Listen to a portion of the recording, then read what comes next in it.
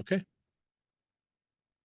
Hey everybody, welcome back to, yes, we're doing another channel chat. My goodness, it's been over a year, and now you're probably going to see maybe 2 weeks. Who knows if I get this editing done, but I think some of you have probably seen, what was it? It was probably 3-4 weeks ago, episode 2 of Pocket Talk, where it was kind of this same picture. Yeah. that you're About seeing 3 weeks right ago, now, I think. Yeah. about 3 weeks ago. Yeah. So, but yes, Mark Pocket Razors is joining me on channel chat tonight. I do owe Mark a debt of gratitude, as I said on SKL earlier this evening. We're kind of the late night crew here on the West Coast, but doing Pocket Talk with Mark really inspired me to get back into doing channel chats. Like I said, it's been a year, a little more. I just did one with Andy. That one has posted. I really got excited about doing it again, and Mark and I have discussed, hey, we just got to do this. Just do it. And I'm Absolutely. like, all right, well, we're just going to do it then. Yeah. So it's a lot of fun. Thank you so much for hanging out with me. And Thank you for having me. of It's course. awesome to have the tables turned. So. So we're going to ask those hard pointed questions tonight. We're going to get down. No, we're not going to do Yeah, that. bring it on. Let's do it. We're just going to talk and have fun. Late night troublemakers, right? Absolutely. We're just going to talk and have some fun. But Yeah. so how you doing, my friend? How are things going?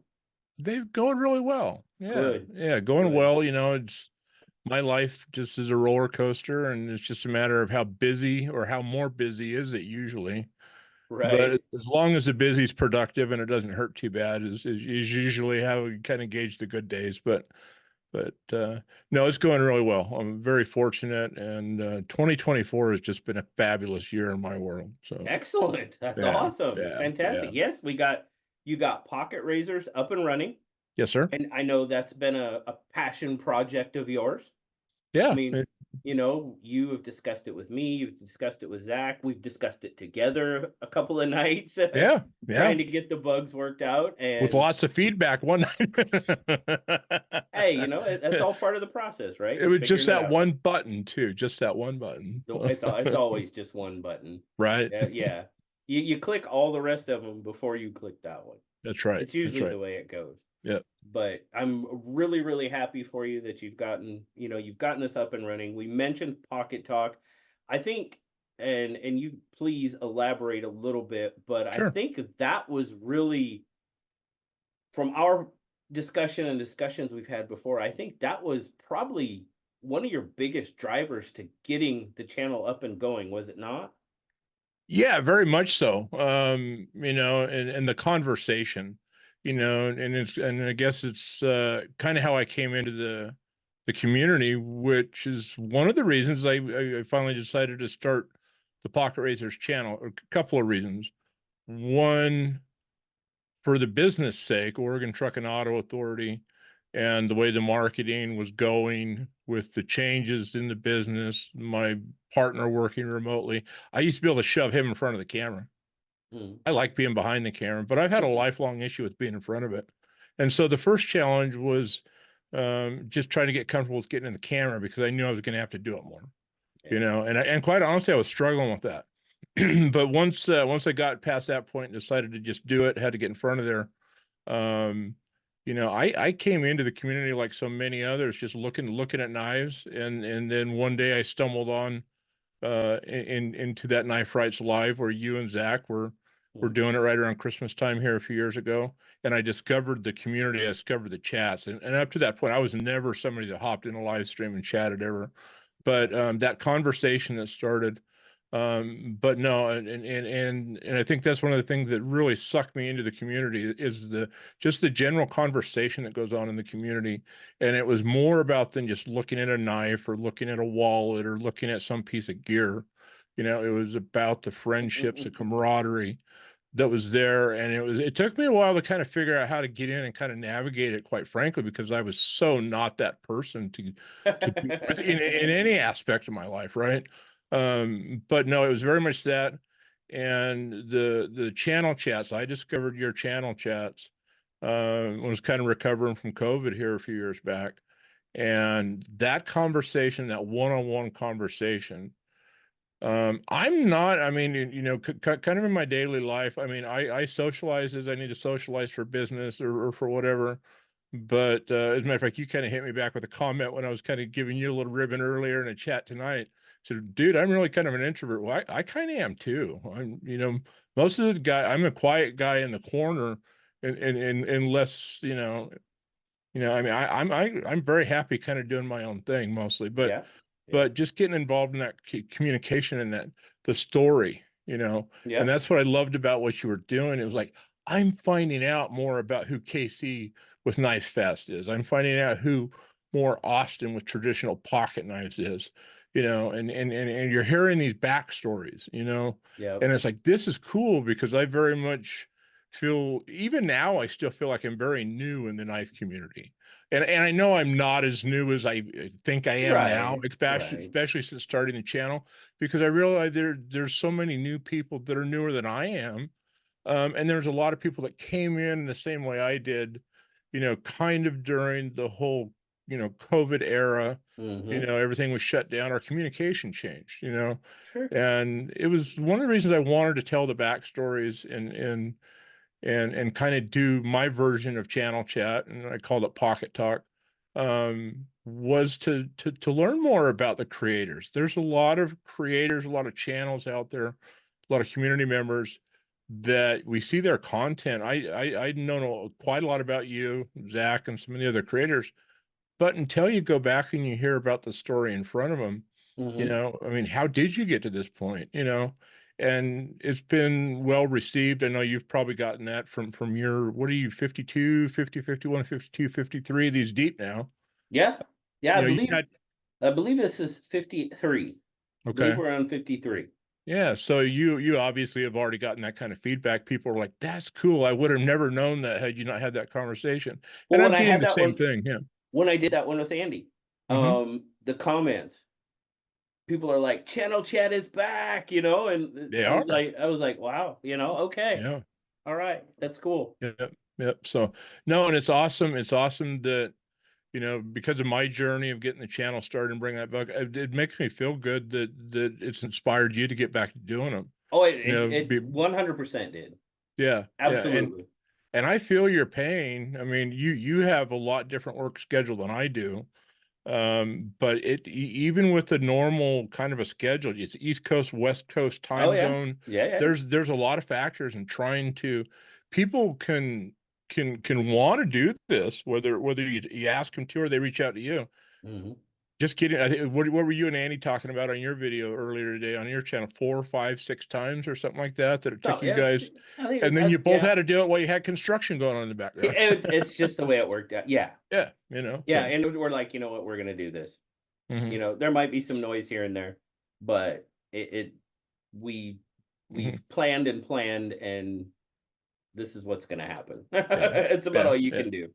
Like I yeah. said, life is gonna go on whether Yep. you want it to or not, Yep. Very so much. and it's gonna go on around you. I should say that. I should be more specific in what I say. Life is gonna go on around you, whether you want it to or not. That's right. Yep. Life So, happens. Yep. yeah, yeah, Yep. exactly. So, well, you kind of talked about it, and you kind of posed this question to me, so I'm gonna throw it right back at you. Okay. I I want to know the pocket razor story. Like how you really got started into it. One of the questions I've always asked folks is, do you remember what your first knife was? I don't actually. I don't remember the specific knife. I know about the time that I had, had started to be around knives and to get them. And as a young kid, born in California, and kind of up through kindergarten, we lived kind of in the Bay Area, and they moved around a little bit, but when we moved out of California, I was just kind of getting out of Head Start kindergarten, and as we moved to Wyoming, I was just starting first grade when we got there, Oh, okay. and that was in '75. And I had a little brother that was, he was 18 or 20 months younger than I was, and a couple older brothers that were years older than us. But, you know, for two young kids, I think I would have been, what, 6 or 7 at that point. Okay. And then he was younger. We were moving into the Wild West, man. Yeah. And we literally moved into tourist town, Wyoming, USA. Yeah. And it was, you walk through that town, whether it was on season or off season, and the curio shops, you know, I mean, it was very much a thing in that town. Okay. And back in the day, almost all of the different shops that you could go in that had gifts and stuff for tourists also had pocket knives. Mm, You know, Texas toothpicks, little peanuts, you sure. know, different color handles. Little boys being little boys, we were always fascinated by them. And Hmm. quite honestly, you know, they were easy to get your hands on back then, Sure. you know. Oh yeah. And I don't even remember, you know, I don't remember what the first one was. It might have been one of those old, probably Delrin scaled Texas Mm-hmm. toothpicks or something like that. Mm-hmm. And we probably did something wrong with it, and we probably got it taken away. You know, you know, we were little boys. You know, we were living the Wild West, right? Right. And we really felt that way. But no, I think the first knife I actually remember is, and I can't remember the specific model. I remember Cub Scouts, and it was time to Okay. go in and get your patches and get your shirt and all the stuff you need to do that. And I remember getting that Cub Scout knife. You Mm. know, it wasn't the one with the spoon and the fork. It was kind of more the normal one that had the little lanyard ring on the end. I think it was, what, 2 or 3 blades. I think it was 2 blades and maybe that can opener screwdriver thing. Okay. That's the first one that I really, really remember. Sure. You know, and I think there was a few around other than that, but no, that's probably the first one. I think is that Cub Scout knife. So Very cool. yeah. Very cool. So, growing up in Wyoming, so you were, I mean, that's more Mountain West, Hmm. I guess. I was gonna say Midwest. That's more Mountain West. Yeah. But I mean, next door neighbors Yeah. to Yep. Nebraska for sure. Yeah, we were about eight So, hours away, I think. Yeah. so Yeah. grow. So, how long were you in Wyoming? We moved there in 75 and, you know, literally rolled into town. Parents were moving there and they were buying in business Hmm. and, rolled into town. I started first grade there within a few days after we got in town and, went all the way through high school there. Oh, okay. And, Okay. yep. So all the way through, yep, graduated from there. And then I headed off, you know, and bounced in it back and forth for a few years. The folks ultimately ended up, you know, kind of selling the place and stuff, and so, but yeah, once I kind of went off to college and stuff, just only visited a few times since. But it was a wonderful place to grow up. You know, we used to always say it's a wonderful place to be from. It's a wonderful place to visit. You know, that could be a tough place to raise a family. Yeah. You know, depending on what the oil business is doing and what agriculture is doing and stuff like that. You know, so. But no, I went off and went to college and stuff like that. But I pretty much, you know, there all through high school. So 12, 13 years, whatever that took, you know. So Okay. I didn't get held back, so didn't have too many extra years involved. They probably would have liked to have a few times, but I managed to BS my way through it somehow. But So, being out in Wyoming, did you guys hunt, fish, all that type yeah. of stuff? Yeah. Yeah, we were spoiled. As a matter of fact, so much so that once I started and moved away, kind of went off to college. I don't really hunt that much anymore, No, I don't either. because it was so different. You know, I mean, I hunted for a few years in Utah when I was going to school there, and by the time I'd made it down through Arizona and then ultimately moved to Oregon, I kind of lost the urge because, like I Yeah. said, as I was traveling, getting away, the people I was hanging with weren't into it, and quite honestly, the hunting, the opportunities weren't what I grew up around, you know. Yeah. But yeah, we hunted deer, elk, antelope a lot growing up in Wyoming. We had, you know, the folks had a big ranch. I mean, it was a full business. I mean, running quarter horses, breeding, training facility, Oh and wow. it backed right up to BLM property. And like I said, we were little. They bought just 20 acres of it, and it was just full of sagebrush, you know. And they built it from scratch.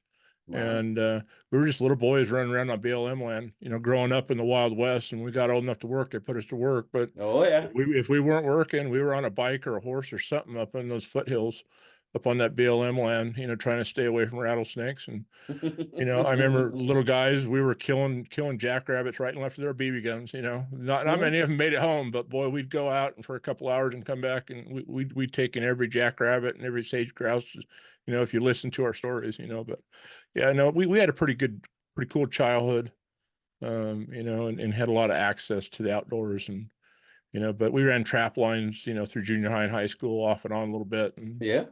you know, but yeah, no, that was a big part of our lives. And so it was a neat way to grow up, you know. And Oh, yeah, same way. You yeah, know, where I'm from, it was a great place to grow up. yeah, Not a great place to make a living.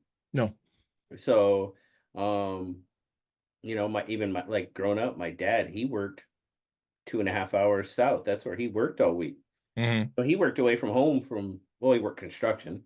yeah, So I mean, you had as soon as they could go to work in the spring till as long as they could work in the fall, and then yeah, he would be off in the wintertime because they couldn't do anything. But just growing out there, like you said, deer, turkeys, prairie yeah, chickens.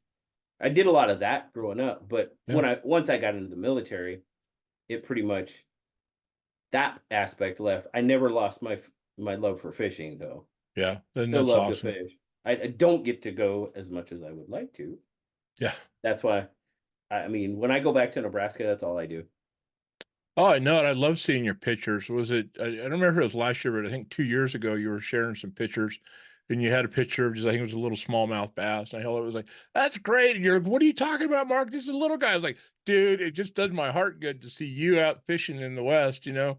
And even if you're pulling little brook trout out, you're pulling a big monster out. I mean, it's a day fishing. And if I Oh, remember right, absolutely. you were fishing with your brother, you know? Oh And yeah. Oh yeah. it doesn't matter whether they're big or small. No. You know, I learned humility when it came to fishing a long time ago because it didn't matter whether it was one or two of us or all four boys and mom and dad going out or whatever. Mom always caught the biggest, she always caught the first, and she always caught the most. You know, and so I'm telling you what, when you grow up and you got four competitive boys and an even more competitive dad, and mom's kicking your ass fishing, you know, it puts you in your place real fast. Now, see, I was lucky. I was lucky because my mom was not a fisher person Hmm. at all. She didn't care to fish. Now, when we'd go out like that, she would happily go. She would enjoy the day, enjoy the sun. She'd have, the picnic ready when everybody, but she did not fish. So I'm Yeah, good. I'm glad because she might have showed us all up too. Now right. my sister, oh, Different story. She got yeah. serious. Oh, she's serious. My Nice. sister is serious. Yes, she's all about it. So, but Very yeah, cool. and us boys, yeah. Yeah. I mean, so I haven't lost that love. So yeah, I just don't hunt anymore. I mean, I was never, but just the wildlife that was around was amazing. Really was. And I've kind of replaced that with the camera. Not that I do it that much anymore either, but I do love landscape photography and I Mm-hmm. love to shoot wildlife photography when the opportunity presents itself. And yeah, there's a few places around here when you're out cruising around looking for landscape photography, you can stumble into some nice wild game and stuff like that. And it's just fun, whether you're taking pictures of some ducks or birds or some elk.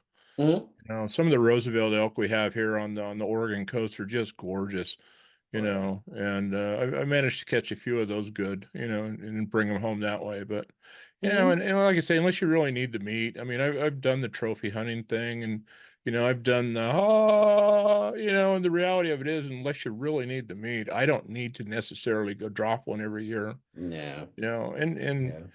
you grow up an alfalfa fed antelope, you know, off of 40 acres of hay that you're growing for your horses and you feed a couple hundred head of them.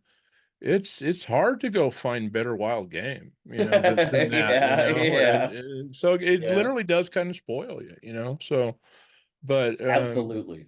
yeah, no, I guess I do my hunting more with the telephoto camera lens now more than I do with the rifle. Different So type of shooting. absolutely. Different Yeah. type of shooting. And it's just, well, there again, it kind of all comes with life, right? Yeah. And like you said, nobody in my family was ever really big on like venison, Hmm. or it just nobody really had the Yeah. taste for it. So it wasn't when I go hunting with my friends, I was the spotter. Mhm. I don't know. I guess I had the best eyesight. I don't know. Whatever. I was more of the spotter. I'd be like Right. over there, and they're like, "Where? Yeah. Right there. I mean, they're right It's like, get there." him already. Yeah. Yeah. Yeah. So that was kind of my role, and I loved it. Yeah. It was fun. That was fun for me. Yeah. So, Yeah, we had a lot of good, and we enjoyed the meat, and I still enjoy it if it's done right. We were spoiled in the sense here again, my dad had been a meat cutter as a young man, in a meat packing plant, but mhm, we always processed our own wild game. And I think one of the reasons why some people don't enjoy venison, wild game meat, stuff like that, is one, where are you getting it from, first of all? right. You take antelope that are purely out eating off sagebrush and stuff like that. They taste different than when you're getting antelope Oh, absolutely. that are eating part hay, and off of the sagebrush and stuff like that. They just do. You want to get really good wild game, get them when they're eating off of grain and barley fields. Oh, yeah. You know what I Oh, yeah. mean? I mean, it makes a difference. It's just like feedlot cattle. You feed them right and they taste better. But how they're processed, Oh, and absolutely. dad was so meticulous in teaching all of us how to process it, how to handle the meat, how to clean it, more Mhm. importantly, how to cut it, how to trim it and cook it.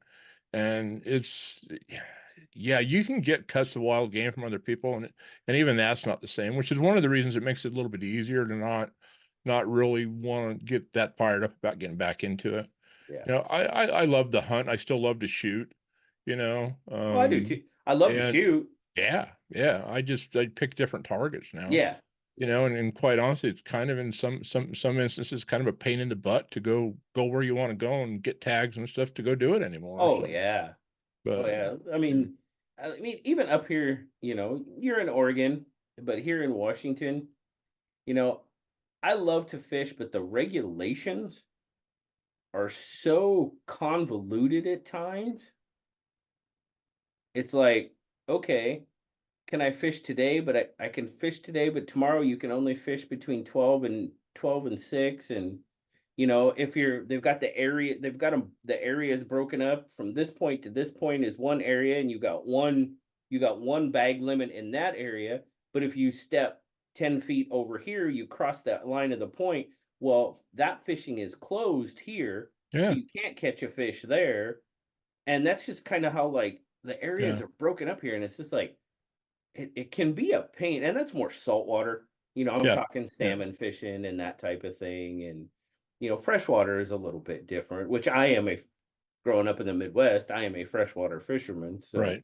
I And do that's some salmon fishing and stuff. But Yeah, and that's me. I mean, we grew up catching basically all those little rainbows and brook trouts, a little bit of cutthroat up in the Yellowstone area, Yellowstone Lake in particular, some brown trout occasionally.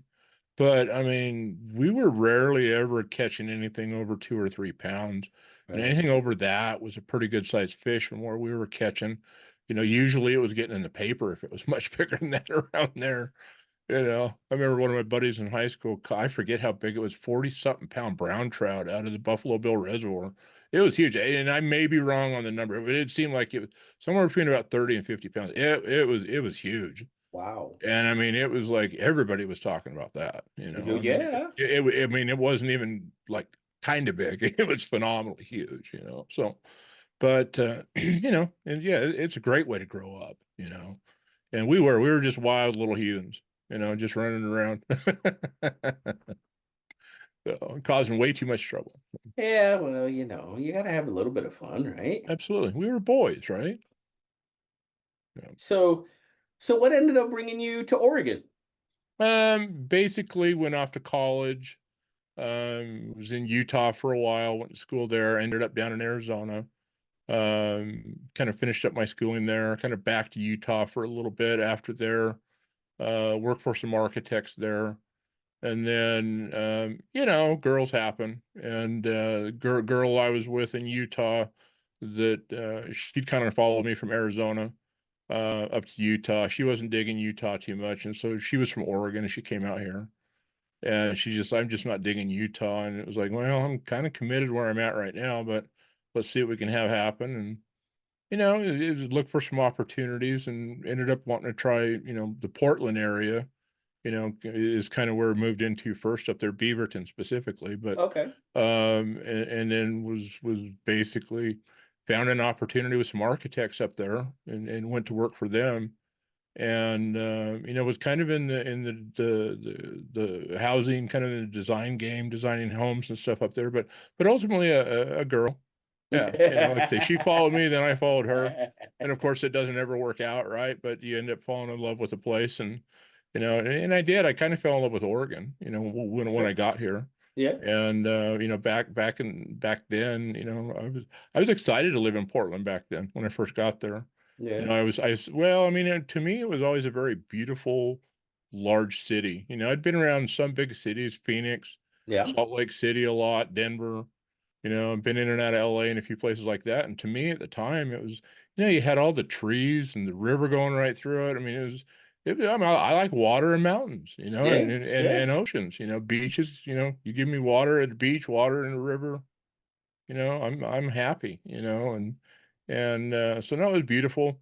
And it's a shame what's happened to it, here in the past few years, but it just doesn't have that same feel. Just up there last weekend, and it was just like, oh, I will say this, and the past few months from the last time I was up there to now, there's been some improvement on some of the situations. So that's Well, good to that's see. good. Yeah, it's That's good to good. see. Yeah, for But sure. at least in some of the places that we travel, when we go up there, but no, that's kind of what brought me out, and just kind of stayed, and you know, um just kind of wanted to get out of that place at some point. Found an opportunity down in Southern Oregon, and had been traveling down here playing for gold, trying to hide from cell service, because we're building houses and stuff up in the Portland area.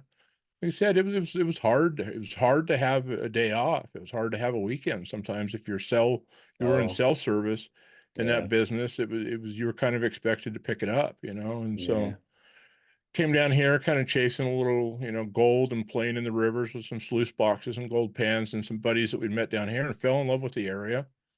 And one thing led to another, and I ended up getting in the spray on bedliner business down here, and when I got down here, and Right on. kind of had a career change, kind of all in one. And when I originally come down here, that was on the table, but I wasn't sure if I'd stay in housing, whether it was, building or designing homes or whatever still. Right. But no, been doing the spray on bed liner and accessory thing for about the last 22 years now. So Right on. yeah, yeah. Right. So, Well, I know, and I obviously we can see the shirt you have on, and yes, sir. I'm a Yeah, I the noticed that. Oregon. Nice shirt.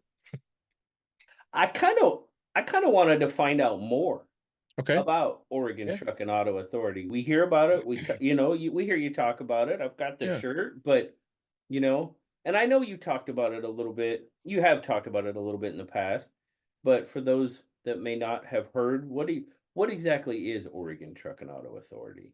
Okay. Yeah, no, fair question. And it does kind of get talked about in snippets. So let's just clear it up. I love it. Yeah, yeah. Essentially, we started I've been in the business for 22 years. And I actually started working in a different store than my partner started working in. And then roughly about the same time, he and his dad were buying up the existing store here in Medford, and had bought that up from the previous owner.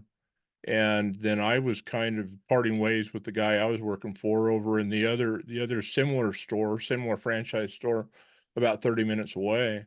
And they were looking for somebody, and we kind of met up over here in Medford, so to speak. One thing led to another. I ended up partners with them, and we've been kind of cranking on it. This August will be 20 years of ownership that we've had the store, even though we've been in the business a Awesome. little bit longer. We both Awesome. worked in the business prior to having, ownership in this store. But back in the day, it was almost 100% black spray on bed liners. That was pretty much what we did. Okay. And there wasn't a whole lot of accessory. It's just like any small business. We were just doing the best we could to make ends meet, and trying to just have a paycheck at the end of every week, and at the end of every month was a goal for a long time. But as we got a little bit better and things grew a little bit, and we managed to make it through '08. And the Yeah. the only saving grace is we had bought in our own shop in '07, and we're just had a new shop basically built, And for us, that was huge in the sense that not that we had just spent all that money to go buy a building and a piece of property to have it done, but it allowed us the space to start to expand and grow. Okay. And where we were at paying lease, to somebody else on property, Yeah. you couldn't hardly ever get ahead, at least we Right. we were struggling, right? So that gave us all this square footage and all this room to work with now that we've been struggling with. And the other place we just couldn't really expand that much. And so one thing led to another, and back then we were almost 100% black bedliner. Now we still do pretty much, well, a lot more spray on bedliner than we did back then, because even that grew quite a bit. Oh, wow. But we're probably about, roughly, it varies a little bit, about 70% accessory to about 30% protective coating. And Okay. most of that accessory growth has happened in about the last, I'd say probably 12 years, 10 to 12 years. We played around with it and got our feet wet, for a few years, but it was '07, fall of '07, where we really started to be able to expand and started to do that stuff. Well, that's But cool. yeah, yeah. And, mostly spray on bed liners. Most of our accessories are pretty straightforward. It's pretty common stuff that most people are probably familiar with. Obviously, we see a lot of trucks in there because we're a bedliner spray on bedliner company. Sure. So tonneau covers, floor mats, kind of the Nerf bars, running boards, kind of the typical. I just bought a new truck. This is what I need to put on that new truck. We've grown. We do a lot of bumpers, replacement bumpers. Okay. Whether they're front bumpers with winches in them, front and rear bumpers, and like I say, bumpers, winches, lighting. Lighting. Yeah. Lighting has gotten really big for us. And yeah, we kind of customize vehicles. And like I say, most of the time we're not doing massive builds all the time, as far as where we're, taking something and doing total overhauls on it. It's pretty common to see one or two or three things done at a time, and we'll do bedliners, tonneau covers a lot, or bedliners, running boards, that kind of stuff. The flattering thing here a few years back was when we did a major build and we didn't do any spray on coating on it. And to us, that in a weird way, that was a milestone, right? Oh, yeah. Because for so many Yeah. years it was always about the spray on product. Yeah. And it was like this person came in and spent this large sum of money with us, and we did a great deal of improvements. I mean, it was a build, but we didn't do any spray. And it just kind of dawned on us. It was like, whoa, that's weird. It was like, whoa, well, that normally doesn't happen. Usually we're doing this other stuff because of that coating. And that was I think that was the first sign that there was a bit of a shift there. And it was like, Okay. okay, the business is more than just a bedliner Oh, business, yeah. Yeah. and whatnot. But no, that's kind of what we do. We've evolved and changed a little bit over the years. Some stuff has worked, some stuff didn't. We did a lot of paint protection film, clear paint protection film for a long time, some window tinting. Those kind of went by the wayside, not because they weren't good products and we weren't good at it, but the just not having enough space Yeah. and needing to have more space for the accessories because they grew. And those both are highly sensitive to contaminants, dust and stuff. And it's almost Well, yeah. like, it was like we had kind of a neat setup to do them in, and we could still get away with doing the accessories next to them. But once there was, not just one vehicle across the shop from where we were doing film installs, but there was three packed right up against it. It Oh, was like yeah. now the contaminant problem, Sure. and quite honestly, just the volume problem, and that they were taking up so much square footage of the shop, kind of forced it out. Okay. And quite honestly, in the window tint, we knew that we had an excellent employee in our window tinter, Brandon, we call him Beast, and he goes into beast mode, Yeah. and what they say, be careful of how you pick your nickname, because all you got to do is pop off one time, but if you back it up, you got it. And he's been in beast mode ever since we've known him, so we call him Beast. Uh, But we kind of knew then his hands were tied. He was the kind of guy we were looking for to kind of groom into a store manager. But we needed to get him some more reps. And as long as he was tied to the window tinting, and then the window tinting was eating up so much of the space, that was never going to happen. So like I Mm. said, there was a few things involved, but you know, it's just the way businesses are. You just navigate it as life Well, changes, yeah, changes the yeah, trajectory, and you kind of navigate through it. But yeah, right. but yeah, no, we've got a neat little team.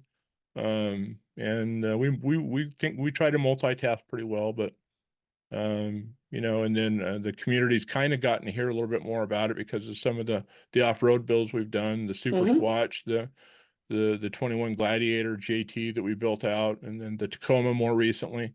And the community's going to see an awful lot of that here this summer. So Yeah, yeah. yeah, I so was gonna say, speaking of builds, you have one of those builds. You mentioned it, the Super Squatch. yes, sir. Oh man, Super Squatch has got his own IG page. He does. Yeah, yeah. Yeah, So yeah, yeah. We'll have to. so I'll have to try to remember to put a link in the description of this, so if people want to go check out Super Squatch and just kind of yeah, see some of the stuff that you guys have built and pretty much made it into an overland truck. That's what you've done, yeah. and it's speaking of beast, it It's a is, but it, beast. it looks awesome. It It looks really awesome. is. It really is. And you and I've been talking about hooking up for a long time. We need to do that, and we need to go take that thing for a ride and put your butt in that seat Oh my and goodness. let you go experience that.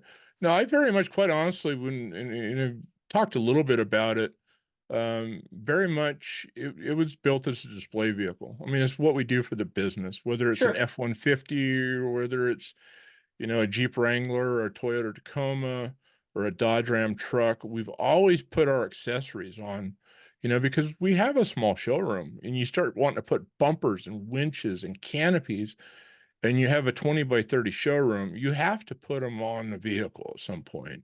And sure, and we always have two or three shop trucks or shop vehicles around there. It's kind of the nature of the beast. We kind of just need them to function and to shuttle people and stuff like that. sure. So we've been doing that for a long time. When COVID happened and the overlanding thing really blew up, because quite honestly, before COVID, I would have one or two people walk in my store a year and ask for some kind of an overland based type of accessory. And almost always when they did, it was something that isn't so much now, but back then it was a niche product that you had to be basically a direct dealer with somebody to be able to get it for them. Okay. And most of our accessories we work through what are called WDs or wholesale distributors. And that's how most businesses like us do. And that's where we get our parts and that's how we get them so fast.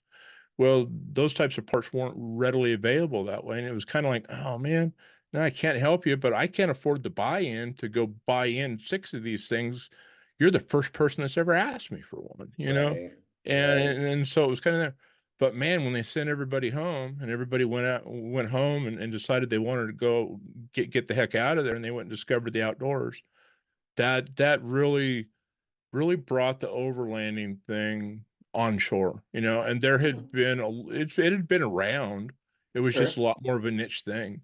But Africa and Australia have been doing it for many, many, many years. I mean, Oh it's yeah. almost been a requirement there because of their long travel time. Sometimes you're several days between cities in Oh Australia, yeah. Oh you know, yeah. Yeah. and it's like you're not stopping at a hotel. No.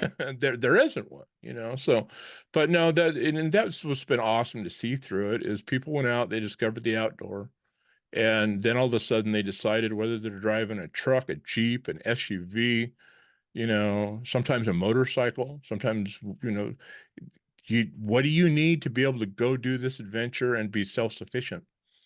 And it really, the more I've kind of looked at it and for a long time I didn't believe this, but in it's kind of how the channel started a little bit. The more I realized that what I was doing at work is I'm basically it's EDC for cars Hmm. because Yeah. ultimately it's all about storing, carrying, or keeping something secure. Yeah. And it's like Yeah. whether it's your safety equipment, whether it's road flares, whether you have work tools, whether you're going hunting, fishing, whatever, whether you're going to go off on an overland adventure and you want to literally have the kitchen sink, the refrigerator, and your bed and mattress and everything all with you. It's just EDC. You just do it on a vehicle, you know? And we've talked about that before. Yeah. We've talked about the whole vehicle EDC type thing. And, I mean, even in some of my videos, when I'm doing reviews of stuff, you like, a flashlight or something, they're like, Mhm. you know, this one might be a little bit big for me to carry on a daily basis, but it'd make a great truck light. Right. Yeah, it'd Yeah. make a fantastic truck light. Yeah. Now this one I keep sitting on my desk. This is kind of my pretty one. But I mean, I have 2 of these in Squatch. Yeah. I mean, they live there, and I quite honestly I bought these to have in there, you Absolutely. know, because if you're out in the middle of nowhere, I mean, I've been off wheeling hunting back in Wyoming in high school. We drove all the way in one night on some switchback roads getting into the trailhead to pack out, go elk hunting. We lost our headlights. Oh, jeez. Headlight switch and an old 78 Ford goes out. They were famous for it back in the day. There Oh, were no no. headlights. We had truck and trailer going up the switchbacks.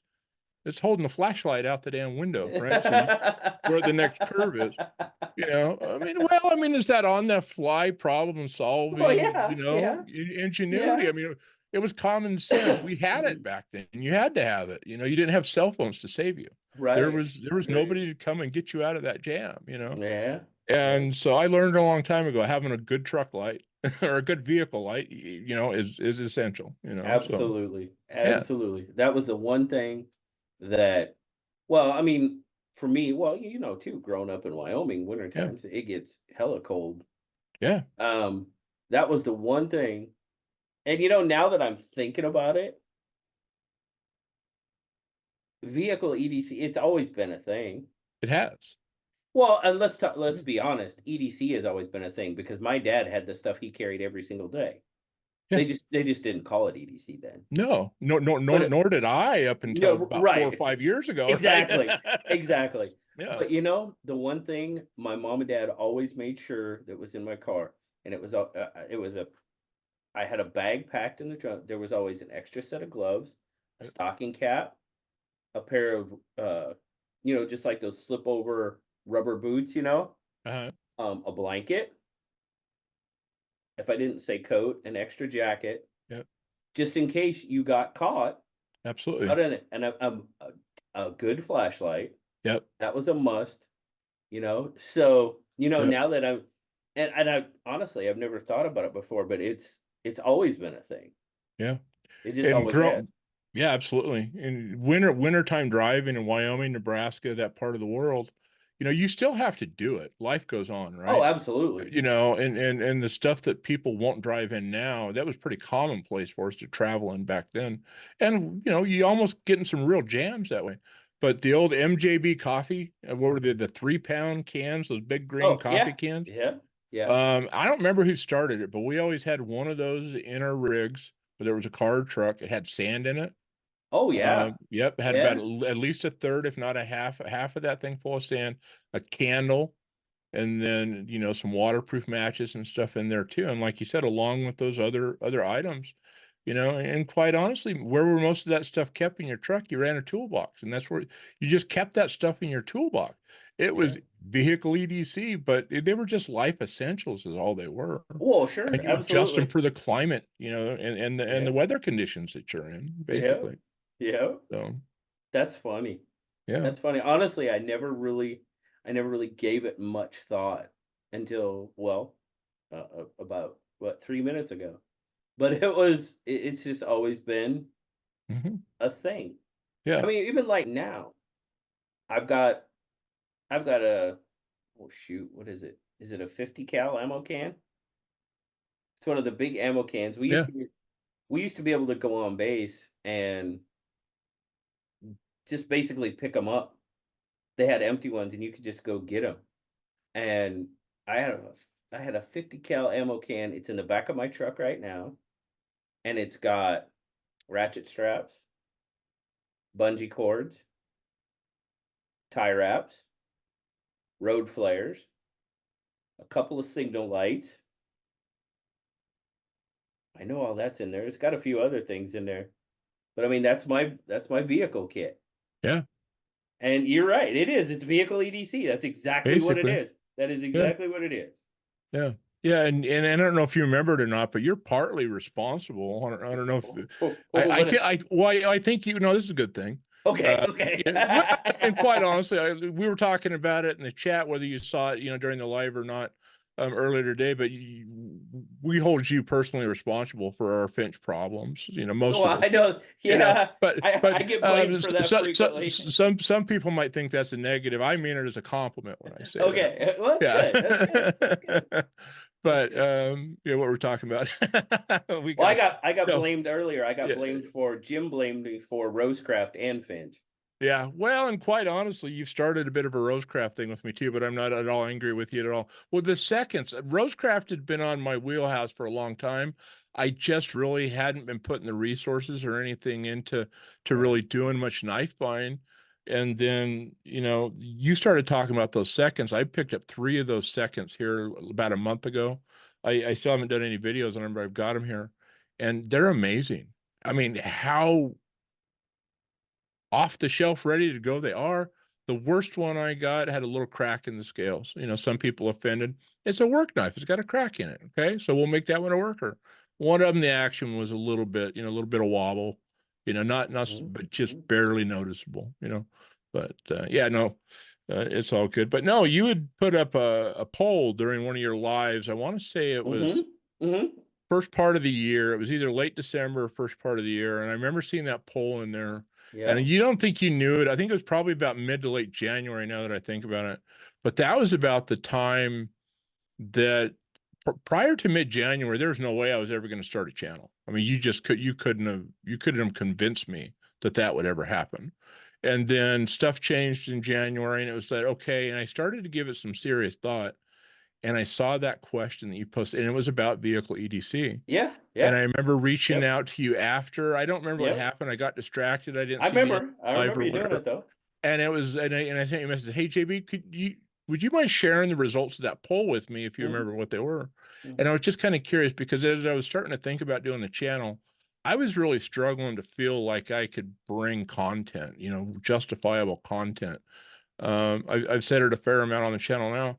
I'll be the first one to tell, I'm not going to hold ground with 90% of the heavily experienced knife guys in this community. My knife collecting, my knife knowledge is so new. I've not had the chance to get all the reps to know all the stuff, right? One of the reasons I want to do the pocket talks, I want to interview people. I want to learn more about slip joints. I've carried Absolutely. them all my life, but that doesn't necessarily mean I can talk at a collector level about them, right? Oh no, Yeah, no, yeah. no way. And then so that's why I've been tried to be very upfront. I'm a student here. And that's one of the Yeah. things that started to get me excited. Yeah. It was like I can bring vehicle EDC related content to it as a professional because that's what we do for a living, And it was like, can I cross this over? Oh, And I know absolutely. some people have talked about vehicle EDC, but usually where I see it usually isn't tied in with EDC channels. Well, yeah. It can Yeah. be, it has been a little bit, Sure. but it's more of one video pops into somebody's EDC channel and it's kind of gone. And that's all that ever happens. And it was like, I was trying to figure out, can I blend the two a little bit? Because that's where I feel like I could bring more knowledge and experience to the table. We still talk about Finch. I can talk a mean Finch game now, Mhm. because I've been in it a minute and I Mhm. know, but some of the stuff, Spider codes are very new to me. Just as I started the channel. Sure. And it wasn't that I ever had a problem with them. I just never ever purchased any. And it was like getting into it is like, I need to experience that. So Yeah. yeah. Oh, I mean, and it's a learning process for me. Hmm. I don't I am not a knife expert in any way, shape, or form. Don't claim to be. Probably never will be. But it's a hobby. I love doing it. I love talking about it. I love experiencing it. Sure, I've learned a lot more, but I've learned not only have I learned stuff about knives, Hmm. but I've learned other things. For instance, I just recently had a knife that had gallwood on it. I don't know what gallwood is, Right. but through the knife, I learned that it's basically a burl. There's a difference. There's a slight difference in the two. They're basically formed in relatively the same way, but there's still a difference. Right. Okay, I just learned what gallwood was. I learned what cocobolo was. I learned what mukurudi wood was. I've learned all these different types of woods that never knew existed. you know, so it's not Yeah. only about knives, Right. you're learning about other things, but the best thing about doing stuff like this is you're learning stuff about people. Absolutely. That's the part that I enjoy, Yeah. is Yep. learning stuff about people. Just, you know, talking to you, talking to Zach, talking to Andy, whoever it is, Right. whoever it is, and sharing those experiences. And in doing that, I mean, you can learn more about the knife game, the stuff you're interested in, just talking to people and stuff. And we kind of hit on it before. Up until like this, the knife community and stuff, and even now outside of this, I am an introvert. Yeah. If it doesn't deal with really with knives or anything in the EDC community or doing stuff like this, I am very much an introvert. I am the guy that sits there because I was brought up. You can learn more listening than you can talking. Right. That's the way I was brought up. And people are like, "Oh, you don't say much." And I'm listening. I'm Yeah. learning. That's what I'm doing. Yeah. And, you know, of course, there's always the old adage, you know, be silent and be thought a fool, then rather, you know, open your mouth and prove them right, right? So there's a little bit of that to it Right. too. Yeah. So, How true can that be sometimes, right? well, yeah, I've probably proven it pretty true a couple of times. I know I've done it with my mouth a lot. So, yeah, but you know, this is what has really, you know, and we talked about it when we talked before on Hmm. Pocket Talk.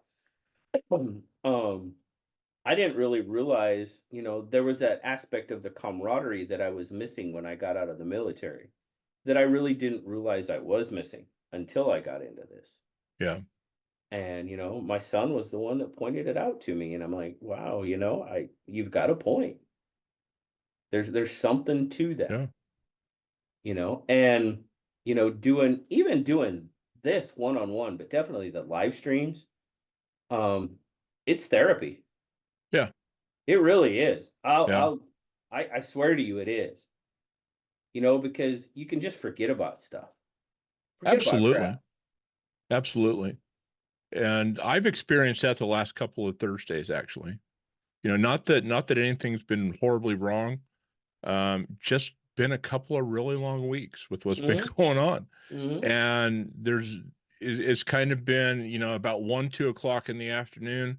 It's just kind of like, oh man, I got to do the live tonight. It's like, I am so tired. I don't know if I'm going to feel like actually doing it. Oh, yeah, This trust me. past week, no problem. I felt that the week before. It was like, oh, I actually at one point considering, do I just cancel the live tonight because I'm just tired. And then I thought, no, because I like the accountability that having a scheduled, Sure. as it turns out, I'm liking that. And I mean, right up to the time I was getting up, getting ready to hit the button, getting ready to go and getting the mic put in there and stuff like that, I was kind of like, oh, it was like you hit that button, it's go, hey, what's happening, everybody? It's like, boom, you're on, you know, and it was like gone. And it was like I didn't go to sleep till 3 o'clock in the morning. I get really amped up when I do the lives. Oh my goodness, are you It kidding takes me? me a while to come down. Absolutely. Now, I find it's kind of a double-edged sword for me, right? Because Hmm. I'm in total agreement with you. When I'm doing a live and, you know, the people are active and they're just going back and forth and we're having these conversations, and it gets you so amped up, Hmm. right? But in the same aspect, holy crap, it takes a lot out of me. It absolutely can. Because you Hmm. are on that whole time, you know, Hmm. for me, I do an hour and a half live stream, and it's one of those where it's, you know, and which mostly they all are, because it's fun. Yeah. And but I get up and I'm not going to sleep anytime soon, but I'm also at the same time going, holy crap, that was a, you know, I'm tired, but I'm Hmm. wired and tired at the same Absolutely. time. Absolutely. Yep. Yeah, it's kind of exhausting and amplifying at the same time. However, Yeah. yeah, Yeah. however Yeah. that works out, it is. Yeah. You know, and for especially when I'm a night owl anyways, and I Oh, yeah. don't go to sleep easy at all, never have. You know, you get amped up like that, it's going to be a short night. Friday mornings, I'm usually playing with a few hours of sleep. Yeah. You know, Yeah. but it's actually not bad, because the funny thing is I don't go walking in. You know, it's like go walking in and, you know, Beast or whoever sitting there and say, "Hey, how was your night?" It's like, dude, I had a great night, man. You know, Mm-hmm. Friday mornings I had a great night. How was your night? It was awesome, Mm-hmm. and it was because I got to do this. Mm-hmm. Mm-hmm. And I was talking to Zach when we were up in Portland last weekend, and I said, you know, when I first started the channel, I wasn't positive how long it would last. I didn't know if it was going to be a one or a two shot deal. You got to remember, I mean, being in front of this camera right here, this was a real issue. And the fact that it was able to get here, it didn't mean just because I got here and the first few went well. It was like, I hope this sticks. You know, I Mm-hmm. hope I don't get, you know, a few down the road on this thing, and then all of a sudden that internal screwed up stuff, you know, goes on, and it hasn't, and it's been very nice. And matter of fact, there hasn't been any of that issue at all, you know. But you just never know, and a lot of that is what we were just talking about those last two. Even when life has you down a little bit, this community and the energy that comes back at you from doing this, and I think we have an exceptional community to begin with.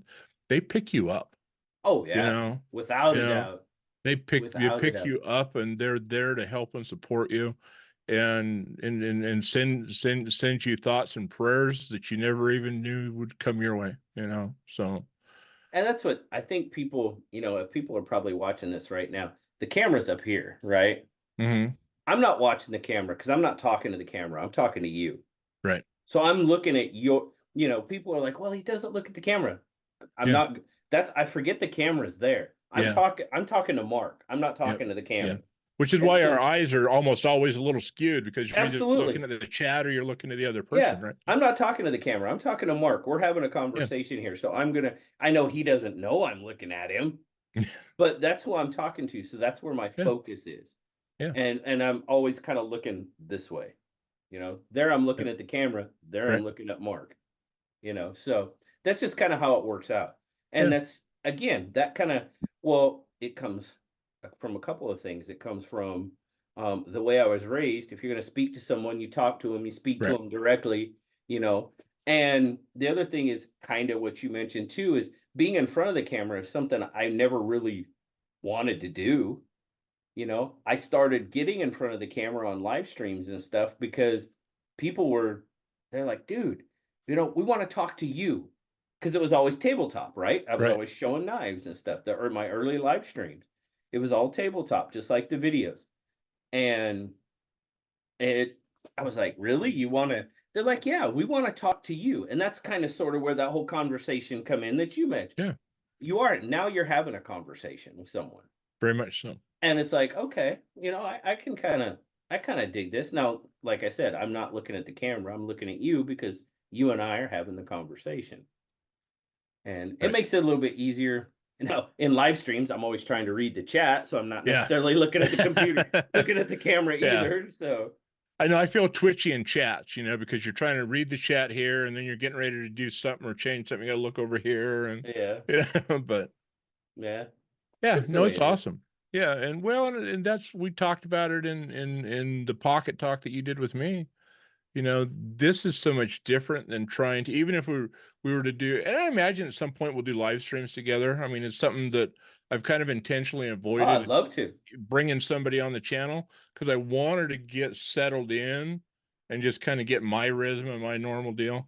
Hmm. But when you and I were talking about it here a few weeks ago when we recorded yours, it was like, this is a lot easier to do because you're Oh, trying to manage a absolutely. chat and do this. We're not going to be able to focus on each other near as much if we're No. trying to make sure we stay interactive with the people that are there chatting with us, you know? Absolutely. Like that was the one thing that I said is I did that one live stream when I was down in Portland, down visiting Zach, who did it at that pizza parlor down there, and it was Mhm. awesome.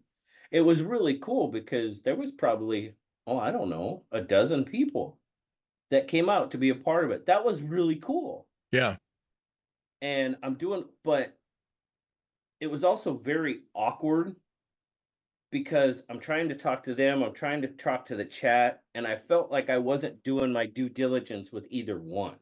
Yeah. You know what I mean? It was Yeah. very un I don't know if I want to do that again, Right. to be honest. You know what I mean? I do. I do. Because Yeah. I didn't feel like I was given the proper attention that needed to be paid. My attention was split, Yeah. and I didn't like that. I just Yeah. didn't. I didn't It's enjoy Yeah, no, well, and I struggle with that just doing the lives. I've been trying to make sure that I don't get any farther behind in the chats that I can. it. And as it turned out for me on Thursday nights, I kind of start mine off with probably about a half an hour of just talking. So I Yeah. think that's helped a lot because the reality of it is it's hard to find a time slot anymore. And there's crossover. I knew when I went into it, I was going to be on the back end of Bob and Lefty. They're Mhm, finishing their stuff up. I mean, they mhm. have every right to be there and they do what they do. They work their butts off to get it there. But I couldn't push back another hour, or else I wouldn't get anybody to even show up, right? Yeah. So, Yeah. I mean, kicking it off at 8, it's going to be 8:30, 8:45 before we get rolling. My lives, I think, are just going to be 2-hour lives, probably. Shit, I think we went 2 hours and 15 or 20 minutes here a couple weeks ago. Now, see, I get to the point. I mean, I've always, in the beginning, I was always right about an hour, Yeah. and now they've extended. But for me, it I, I love doing them. I would do them longer, but it's just, I think it goes back to that. You put so much out. At least I do. Hmm. I mean, I hope I do. Yeah. I hope I give the people the best that I can. But I don't really want to go any longer than that. And especially at late night Saturday night, okay, when I do the early one, okay, maybe. Oh, you can Yeah. go a little bit Yeah. longer. But I'm trying to be, because I do have so many people from the East Coast. And I know it's Sunday. Yeah. So, maybe some people go to church Sunday morning and all that other stuff, which is fine. Yeah. Um, but I don't want to go too long because I don't want to keep people up too late. Yeah. It's tough. And there's a balance, and it's just like if there only wasn't time zones. You know? Yeah. And well, Yeah. I mean, you hear it a lot. I know you do. I've heard it a fair amount just starting at 8 p.m. Pacific. Oh, And yeah. I hear it I mean, you're starting 10 p.m. on Saturdays. I mean, Yeah. yeah, there's a little bit of a difference on the weekend, but then a weeknight. But there's probably roughly about the same offset, 8 Mhm. during the week, 10 at night. And it's like, man, I would come watch your stuff, but it's just too late for me. It's like, I understand that. Oh, You yeah. know, we fight the same thing. There's East Coast stuff. Oh, yeah. Grumpy Grunt is one guy just because of the time he goes. I love going into Grumpy's stuff, but I have a hard time catching him actual live. I can catch it in replay, but catching him live and being able to go Yeah. interact in his chat just because of my work life. I Yeah. know that Yeah. that even you sometimes struggle. You do a lot with KC, I think a little bit during the day and stuff like that, but I think there are times, where even that's been challenging for you at times. Oh, yeah. I mean, I'm working, I work evenings. I work from 2 to 10:30. So that's pretty much prime time for all the live Yeah. streams during the Yeah. week. And I try to, if I can take a lot of times our dinner times are kind of, it's flexible. It basically depends on the work. Yeah. You take the break when you can take the break. It might be 2 hours into the shift. It might be 6 hours into the Right. shift. You just don't know, and I can kind of squeeze in on Mondays because of the time slot he starts.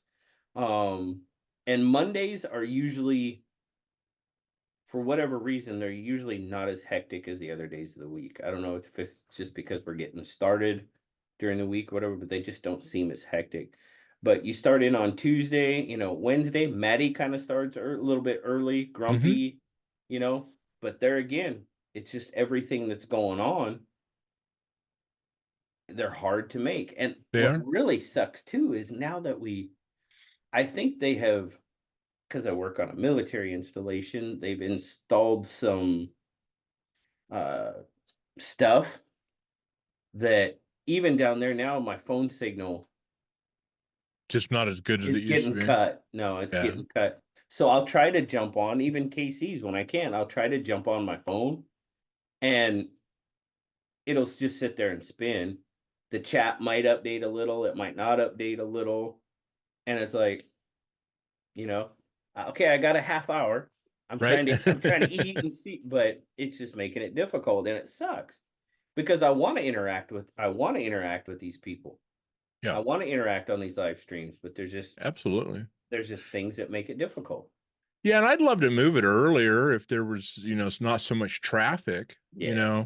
But quite honestly, for me, 7 p.m. Pacific during the week, that's probably as early as I'm ever going to be able to do it because by the time I get out of work, getting out of there, get home and ready to go, well, I maybe have 20 or 30 minutes right now at 8 o'clock.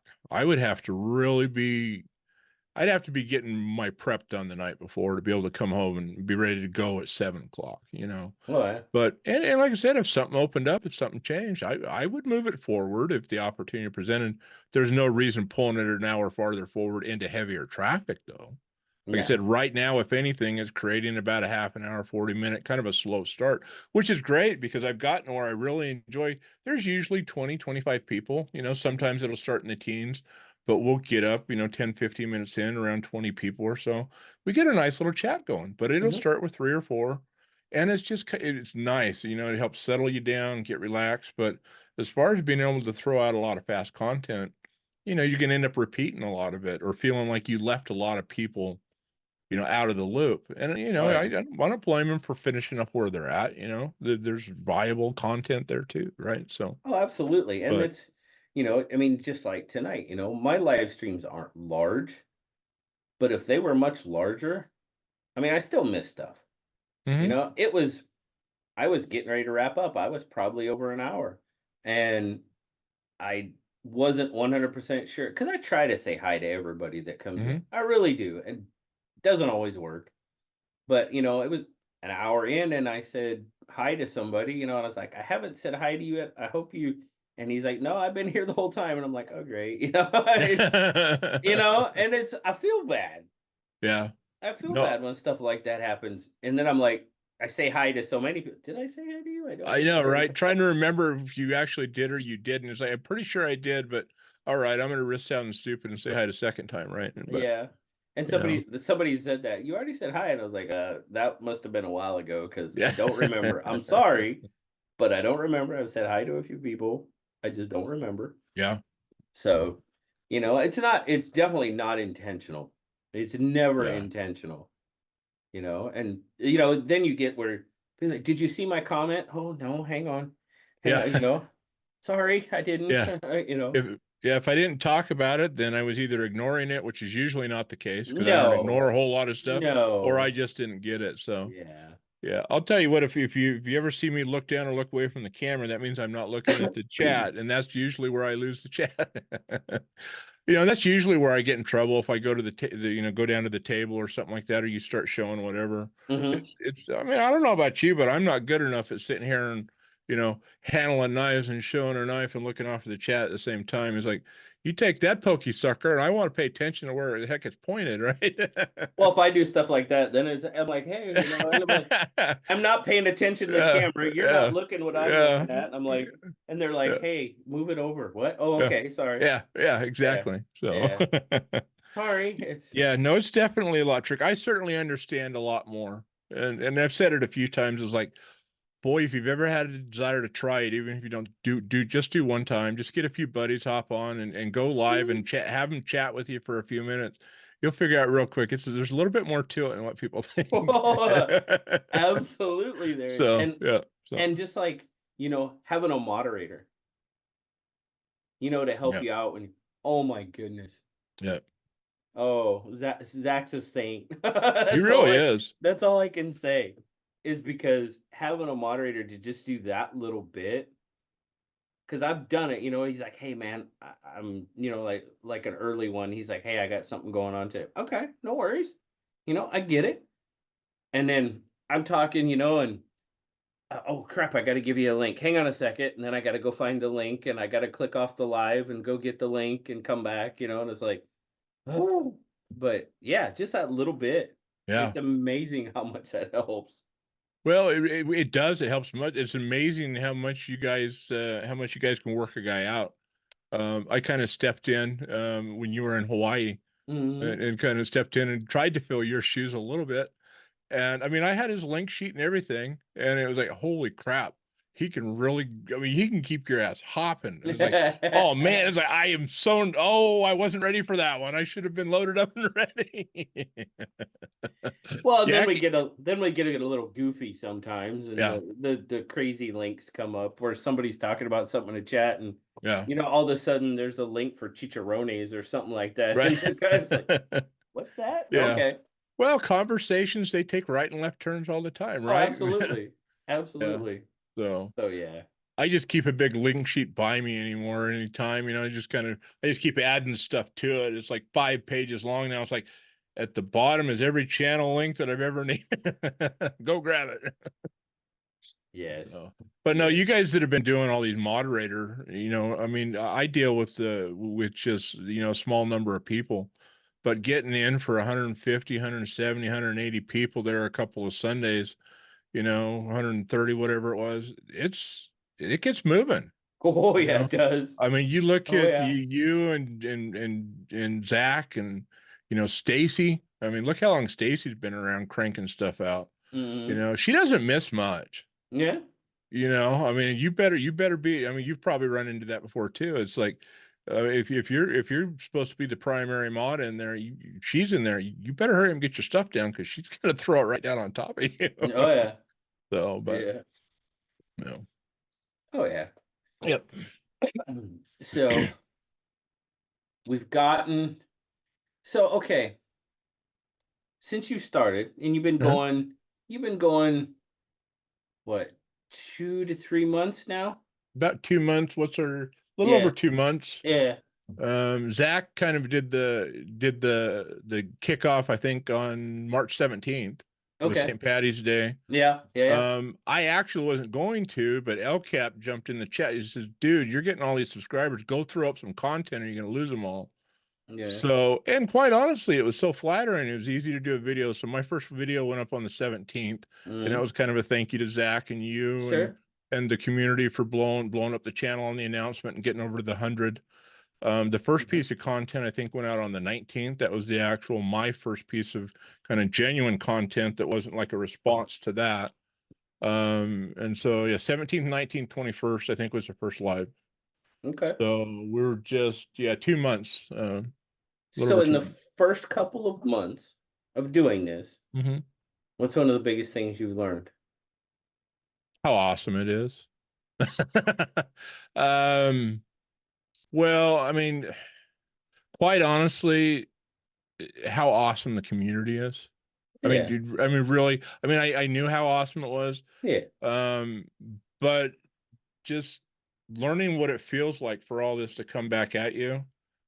As much as I researched it, as much as I talked to you and Zach and a couple other people, there's no being prepared for what the community brings. At least for me, I wasn't at all prepared for it. I knew some of the love would come as long as people actually showed up and watched. I didn't question that, but until it actually hits you, that's the thing I learned. Hands down, this community is amazing. It's awesome, and don't ever underestimate the community. Our little business and this collaboration that we've managed to put together with our business and WorkSharp and Zach and the Wild that just has gone down and come together, culminated and started last week, and the community starting to hear about this week. That doesn't happen without me being in this community. I promise you 100%. I can track it right back. I know exactly how it happened Hmm. because it was solely because I got involved with Zach on trying to help set up that WorkSharp meetup a couple of years ago. Hmm. And had I not been a part of that, and I wouldn't have been a part of that if John from Benchmade didn't suggest reach out to WorkSharp in Ashland when I said I had a shop where we could hold the WorkSharp. I never would have reached out to WorkSharp. I never would have met Kyle Owens at WorkSharp. And a few months ago, Kyle Owens would have never known what I did and would have never called me up and say, Mark, do you know anybody with an adventure vehicle? We got a thing. That's how that started. And Hmm. without the community, without being a part of it, that opportunity doesn't come to our business. Yeah. So I saw the little snippet that Zach did. That was pretty cool. mhm. That was pretty cool. Where he kind of sort of it was just a quick kind of introduction to work sharp in the wild. Hmm.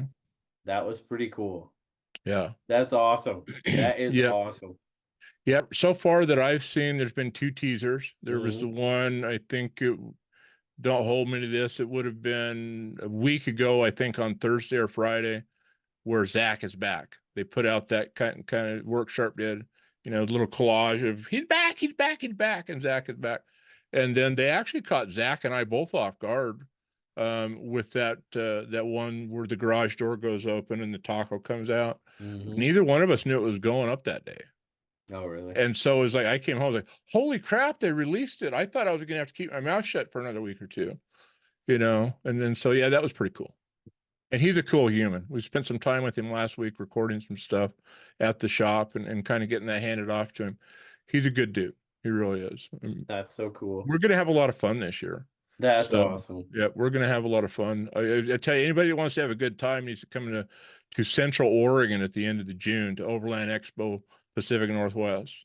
Oh, Um, man. yeah, well, I've been throwing down the last few. I'm gonna have a knife meet up there, one way or the other. We're gonna have some knife meetup related stuff.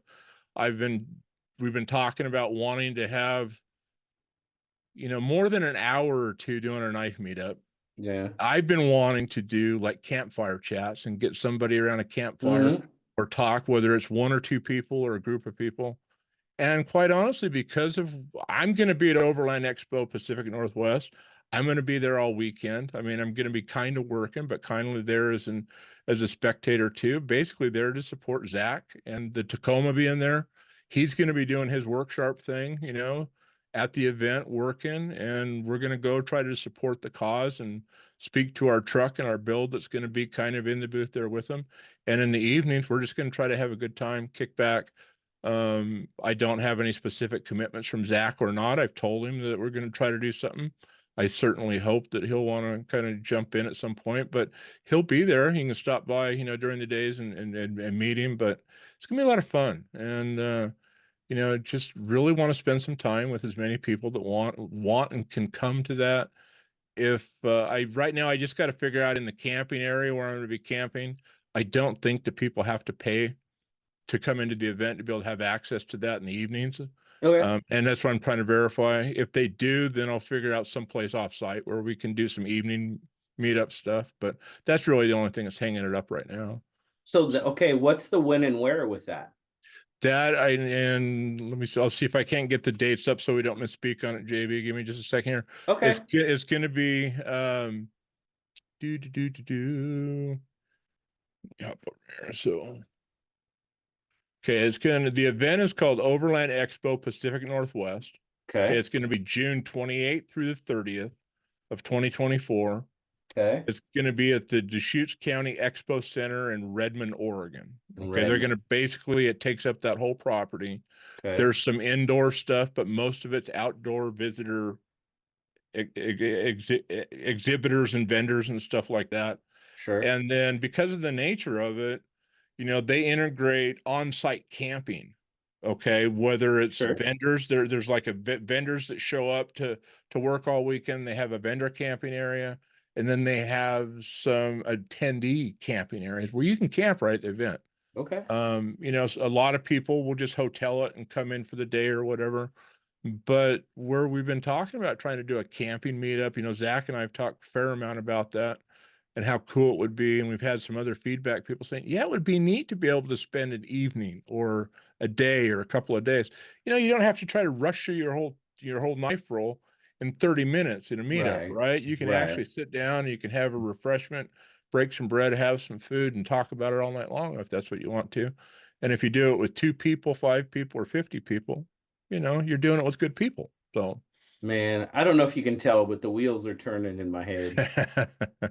I would right. really, I don't know. I know, well, I know we're gonna be really busy through June, July, and into Yeah. August. I'm getting lucky that I can take these 2 weeks because we still have work going on, but it's not. Right. About the time I get back is when we start getting pretty serious. Man, the end of June, huh? Yeah. Yep. So yeah, it'll be that weekend, and Mm, yeah, no, it's just trying to get the word out on a little bit, and I yeah. haven't had a ton of people reach back. I mean, I've talked to a few people that have definitely expressed interest, but it gets it a little bit north of me, it gets it Hmm. a little bit south of Portland. So for an Oregon kind of a meet, it's about as central as you get, So you know. it's probably about 5-ish hours from here. Give or How long take. a drive for you to get to Portland when you come down to like visit Zach? It's about 3 hours. So I'd say you're probably in the 5 to 6 range. I forget Yeah. exactly how long it Yeah. takes to drive from Portland down to Bend, basically, but I think it's about 2.5, something like So, that. Redmond, are we talking north or south of Eugene? You are east of Eugene. East of Eugene? You're Okay. East Eugene. You're basically about Bend and Redmond. If you know where Bend, Oregon is, Yeah, yeah, okay. they basically are growing together and becoming Oh, okay. contiguous cities. Okay, Okay, so okay. Bend, Redmond's on the north end of Bend, basically, Okay, and okay, there's maybe a mile or two that separates them. But the okay. last few years I've gone to this, we've stayed at the hotel in Bend and driven about 5 minutes, maybe 8 minutes to get to the expo center in Redmond. So it's Okay. not very far, but. All right.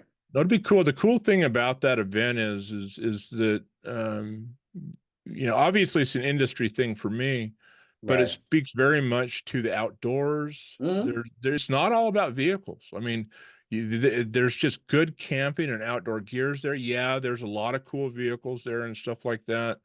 But there's knife companies there. There's sharpening companies there, and so there are some, and there's been some more growing interest from those manufacturers in our community bleeding over to this overland thing. This overland thing's taken everybody by storm All in this right. country. It even took the aftermarket vehicle accessory by storm. Okay. I mean, the industry here in the United States was not ready for it. And so these are kind of the places you can go to do that. And quite honestly, the end of June in Bend, Redmond, Oregon, weather's usually going to be pretty nice. Yeah. There's never any guarantee of anything, but they've been doing it like the second week in July. I'm glad they moved it to the end of June because quite honestly, it was starting to get a little bit too hot for my taste, middle of July in Bend. Yeah. Yeah. So but yeah, it should be a good time, I hope. Yeah, you And guys are typically a little bit warmer than we are up here. yeah, yeah, no, I think last year at Overland Expo in Bend, well, I got too much sun one day on Saturday. I got way too much sun. I actually Right. shut it down early because I got too much sun in the morning, but it probably got up around low 90s, Yeah. and Yeah. we see 100 and sometimes teens down here in Medford, but usually it's only for a week, maybe two, and it's usually in August. So that early in the Yeah. year, I'm not usually ready to deal with triple digits. Now, see, up here for us, when it hits 90, it's hot. Yeah, yeah. 90 is hot, and that was, God, what was it? Wasn't last summer. Was it 2 years ago? Dude, it was 106 up here. Yeah, that's smoking hot up there. Oh my, I mean, that's just absolutely, I mean, that's end of days type stuff here. I mean, it Yeah. really Hmm. is. Yeah. It no lie is. Because Yeah. we usually normally in the summertime, we hit 90 degrees. If we have 5 90-degree days, we had a hot summer. Yeah. And like you said, that's usually in August, you know, in that heat of the summer. But oh, those were, and of course this house doesn't have air conditioning. A lot of houses up here Yeah. don't have air. Yeah. They The generally don't need them. Yeah, except for the outside, week or two. Yeah. the thermometer outside's at 106, the one in the house at 103. Yeah. Right. It was 103 in the house. Well, it definitely wasn't last summer because last summer we got the portable air conditioners, and so at least you could have like a room Yeah. to get some respite in if we needed it. Yeah. But yeah, that's so. And usually when I go back to Nebraska, I one of the reasons I go back this time of year, end of May, first part of June, one, it's not as hot, Right. and two, the fishing's pretty good, of course. But because the thing that I'm not used to anymore is the humidity. Right. The humidity's a killer. Yeah. Yeah. And Yeah. we Well, just don't have it out here. Well, we have humidity out here. It's called rain. right. Yeah, it's different when it's baking you on the high desert, though. Oh And you yeah, get the humidity comes in there, and yeah. isn't it amazing? I mean, you lived it. I mean, in Cody, I wasn't. I think we were around 5,000 feet of elevation. I don't know what was the elevation, Redbird. Do you remember? Oh God, no. I don't even Yeah. know. I don't I even mean, we know. were probably a little bit higher than you, but even you get Oh out in yeah. that high desert where you're 2, 3, 4,000 feet in the high desert, that sun gets you a lot faster than. Oh yeah. I mean, the temperature doesn't need to be that high, but it's a lot different than being down at sea level, So it's amazing how altitude changes stuff. Oh yeah. Oh, Absolutely. it changes Eh, more than the boiling point, people. Yeah, it does. Absolutely.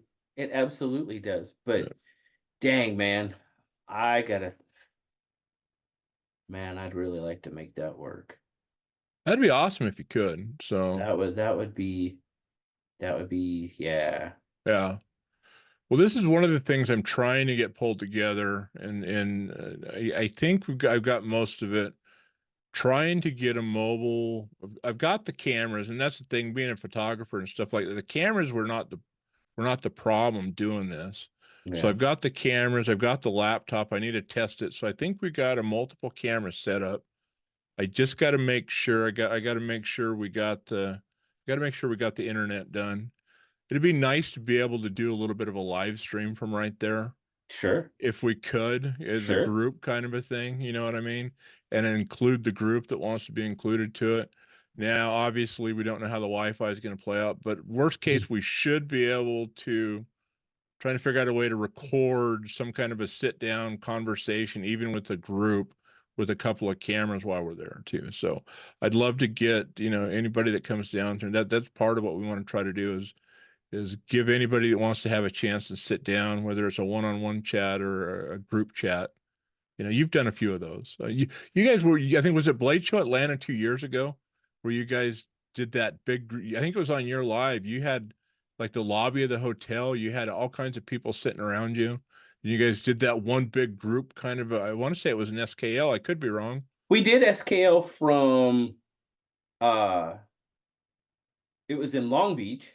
Was it Long Beach? You did it. We did Okay. SKL from the hotel room the one time. Okay. We did that. And then I don't know if it was the last year Blade Show West was in Portland.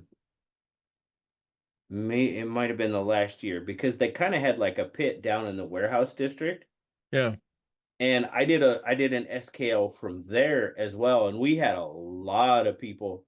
I mean, Nick Shabazz was on the live stream. That's Yeah. cool. That was Yeah. cool. And I mean, we had several people. Arcane Design, Israel.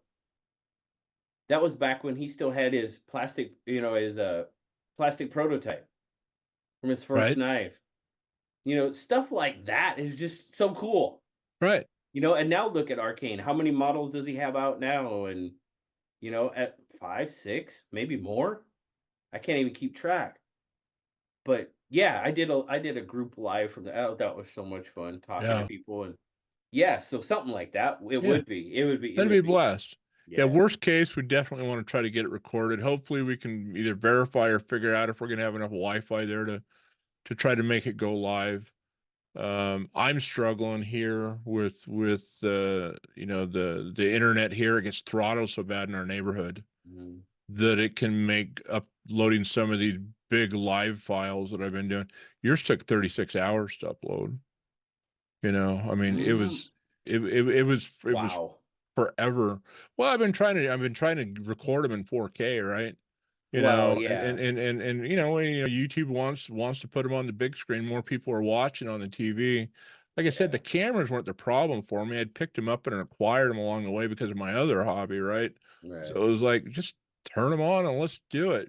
But the bitch of it is you got to have Wi-Fi that can Oh handle yeah. it. Yeah. You can have the computer, you can have the cameras, but if you don't have the Wi-Fi to get it up there, it's not going to go up there. So Yeah, I haven't done anything in 4K yet. I think I just my other ones what before I started doing the one with Andy. I forget what I was uploading them in. It might have been 720, yeah, and it was still taking quite a while. Now I'm doing them in it's 1080. Yeah. I'm pretty sure it's 1080, and it's taken. It didn't take 36 hours, but Yeah. it took a while. I don't know how long it took for sure, but I think it took. Oh, it had to take 7 or 8 hours. Yeah. Yeah, they take a minute. I know on the live streams, and the nice thing with the live streams, you don't have to upload them because at least they're being recorded right to YouTube as you're Yes, doing them. yes, Now, basically, bandwidth or upload speed is keeping them limited for me at 1440. yeah, So you're kind of you're just a touch over 1080, but you're not quite 4K on them. But yeah, yeah, the Pocket Talks, I've been trying to get them in 4K. yeah, I think Sharp Guys was in 1440. We just didn't have the bandwidth the night that we were trying to record his like we did yours, yeah. but for me, I'm gonna have to upload it from the shop. We have fiber optic internet at the shop. I think is what I'm gonna have to do as Dude, far as once they're ready. that's the other reason why I like going to Nebraska. My my mom's house out in the middle of the boondocks, fiber. Right? How cool is that? Dude, the first time I was like, man, this is gonna take forever, because I just did a little video, but I was like, all right, we're gonna upload it, and I uploaded. It was like, "Phew, okay, we're done. What? Right. And I was Yeah. like, damn, that was fast. Yeah. And I was like, oh crap, you got fiber optic, don't you? And they're like, yeah, we do. And I was like, man, I want fiber optic. Yeah. Holy crap, I couldn't. That's the one good thing. I should do all my content and take it there and upload it, because I mean, it was quick. Yeah. I It's was it's like, holy amazing. crap. Yeah, it's amazing. We were actually having IT connectivity issues yesterday morning when we got to the shop. And I spent the first 3 hours, trying to get everything back up, get it back online. And it turned out it was just a weird issue that had taken us down. But, it's that one button, right? That we Yeah, were talking about the one earlier. button. But, in the process of bringing it up and getting all the computers testing to make sure that you have upload and stuff like that, I tested the speed test on a few machines that day. I mean, even coming off of an issue, our upload speeds was like 28 gigabytes or megabits per second or whatever. I mean, it's like here, I'm lucky if I see 7 or 8 on a good, and it's like 4 or 5 times faster sometimes there on upload. Yeah, Download is easy to get high speed download. It's the yeah, upload on this stuff yeah, that's hard. And yeah, that's where they throttle you down so bad. yeah. And I know I'll start like on your file, I want to say your file on your Pocket Talk, I think it was 50 gigabytes. And I started to upload it and it started to upload really good. It knocked the first 3 or 4% out. But as soon as they see all that bandwidth getting eaten up, they throttle me down and it goes down to a crawl. And if you want to call up and offer them another $100 a month, they'll turn it up for you and Oh yeah, you can buy yeah. more bandwidth if you want. But Oh crap, sure. they're already dropping about 80 or $90 a month, and you want me to pay another $100 to throttle up? It's like, excuse me, Starlink's starting to look a lot more affordable right now. I'm just saying. I'm just saying. So, Yeah. yeah, Yeah, no, I wished, I actually inquired about getting a T1, and they told me no. yeah, I was like, really? yeah, Even if I pay for it? No. yeah. Yeah. Well, it's if they don't have the fiber in the ground of your property, that's the expensive part. Yeah. And at the shop, when we got it, they came No. around asking if we were interested, and there had to be like 3 other businesses on our street that had to be willing to sign up. We waited 6 months because that's how long it took them to go ahead and push the fiber down the street, Yeah. to get it to you. I've asked here for the house, and they're like, "Yeah, it's not on the radar." No. Yeah, it would be No. nice, but no, it's not happening. So No, it's not. yeah, Uh, you're around here. It's getting pushed to business addresses. yeah. You're not seeing it a lot going into residential. And we're far enough out of town that I don't know as if we'll ever see it. Yeah, yeah. I So just, I mean, we don't even, we can't even get on sewer. So it's, yeah, if you can't get on sewer, you ain't getting on. You yeah. ain't getting nothing. They're You're not not bringing getting fiber nothing. to No, no. you. If you can't get the essentials, Yep. you're not getting the. You're not getting the Yep. luxuries. Yep. Starlink's starting to look really good to you right now too, Jamie. Yeah, well, yeah, kind of. Yeah. But like you said, oh yeah, we'll give you more speed if you pay for it, and you just Yeah. start Yeah, no thanks. Yeah. Yeah. That's And too that's too expensive. everybody gets on that $40, $50 a month deal until that 3 months is over. And then all of a sudden it goes through the roof and it's like, what the hell happened to my bandwidth? It's like, oh, we took it away. Yeah. Yeah. I've actually been having some issues the last week or so trying to upload. It's been a little bit, I don't know if the like you said, the bandwidth's getting cut or what, but it's just been Yeah. taking longer for stuff to upload. So Yeah. we'll see how long it takes us to upload. Yeah, and we've just noticed it in our neighborhood for a long time, that in the evenings, once you start to really get active, it was like, and then it will stop about 11 or 12, and all of a sudden all the bandwidth and the speed will come back, Yeah. and it's just the activity in the neighborhood, I think, Hmm. more Well, than it's a anything. I don't know, were you around when they started blaming my neighbors? Because I'd get you Oh, know, the spinning wheel of death? yeah, because well, I was on Wi-Fi. Now, like here, I'm directly into the router. I Yeah, quit doing the whole Wi-Fi thing. I hardline it yep, just so I can get the maximum that I can get. And it was always the neighbors.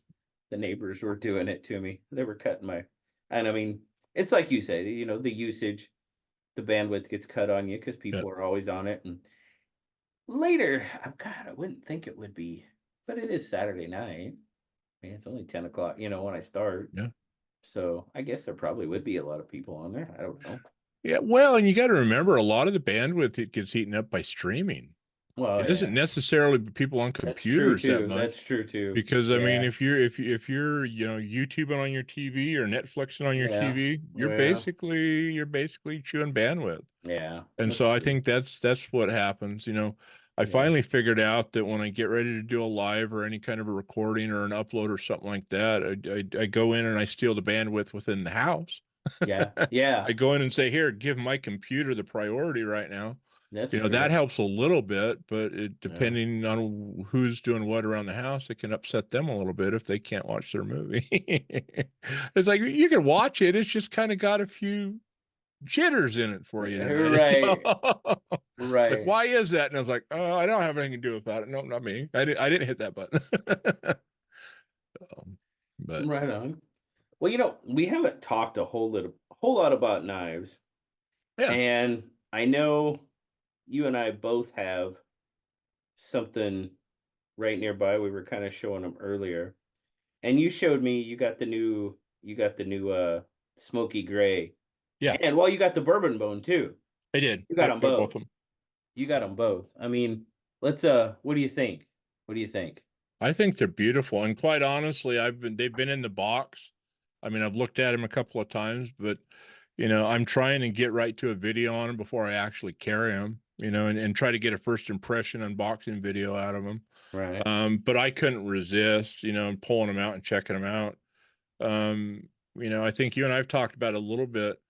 Aside from my hunting knives growing up, mostly I've always carried an old timer, a straight old timer slip joint, whether it was a single bladed Barlow style or Oh yeah. a two or a three blade Stockman or a Muskrat or something like that. But I've had a lot of fun with the modern folding knives, and I've definitely, to the point I kind of quit carrying slip joints, but the last year I'm finding myself really wanting to learn more and get more into the slip joints and stuff. And RoseCraft, and thanks to you showing us what RoseCraft can do, has definitely you've put another manufacturer, on my interest level, you know, and I don't up until recently haven't necessarily gone searching for a whole lot of new stuff, right? So Right. my wheelhouse has been pretty limited. I've kind of stayed within a pretty limited group, but it's just gorgeous.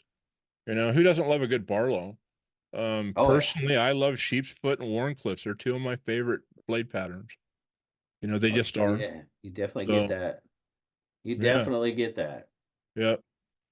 And my first Rosecrafts I bought about a month ago, and I picked up a couple of their seconds, Hmm. and I picked up three of them actually. And I mean, three really nice Rosecraft seconds for $100. How do you beat that? I mean, they were priced right.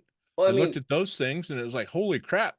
If their seconds are this good, I've definitely got to get in and I've got to check up some of their non-seconds. And Well, I that mean, bourbon bone is amazing. Both of these oh, are that's, amazing, yeah. but just their finishes and everything are just gorgeous. Well, I mean, I just, we're recording this after I did SKL. I just gave this one away, right? And Yeah. this is their second. It says mechanical. Mm-hmm. It's a mechanical second. And in talking to Andy in the chat we just did, he said he thinks that word scared a lot of people. And I could see where that would happen. That could Mm-hmm. happen. You know, because before it was just cosmetic, right? So what did he consider mechanical second? Now you see on that right next to the bolster, there's a gap there. Mm-hmm. You see that? There's a Yeah, gap with just a the little bit resin. right up in that corner. Yep. Right, right. He said, okay, that's one. And I was like, one what? And he's like, that's one reason why it's a mechanical. I was like, all right, well, give me another reason why it's a mechanical. And he's like, well, I bet it's got blade wobble. No, it doesn't. He's like, well, I bet it's got this. No, it doesn't. He's like, is it soft? No, I mean, Yeah. it's not a 7, but it's a 5 to 5.5. Yeah. If it's a 5 or over, I don't consider that soft, you know? And I'm like, so this is a mechanical second. And he's like, yeah. He's like, it is. Yeah. It's just too much. That gap's too big. No, that's Oh, called quality control. And I mean, that's where he set absolutely. his limits, right? Absolutely. You know, and Absolutely. you know, and we're like that. Sometimes we get, you know, the crew gets pissed off at my partner and I around the shop.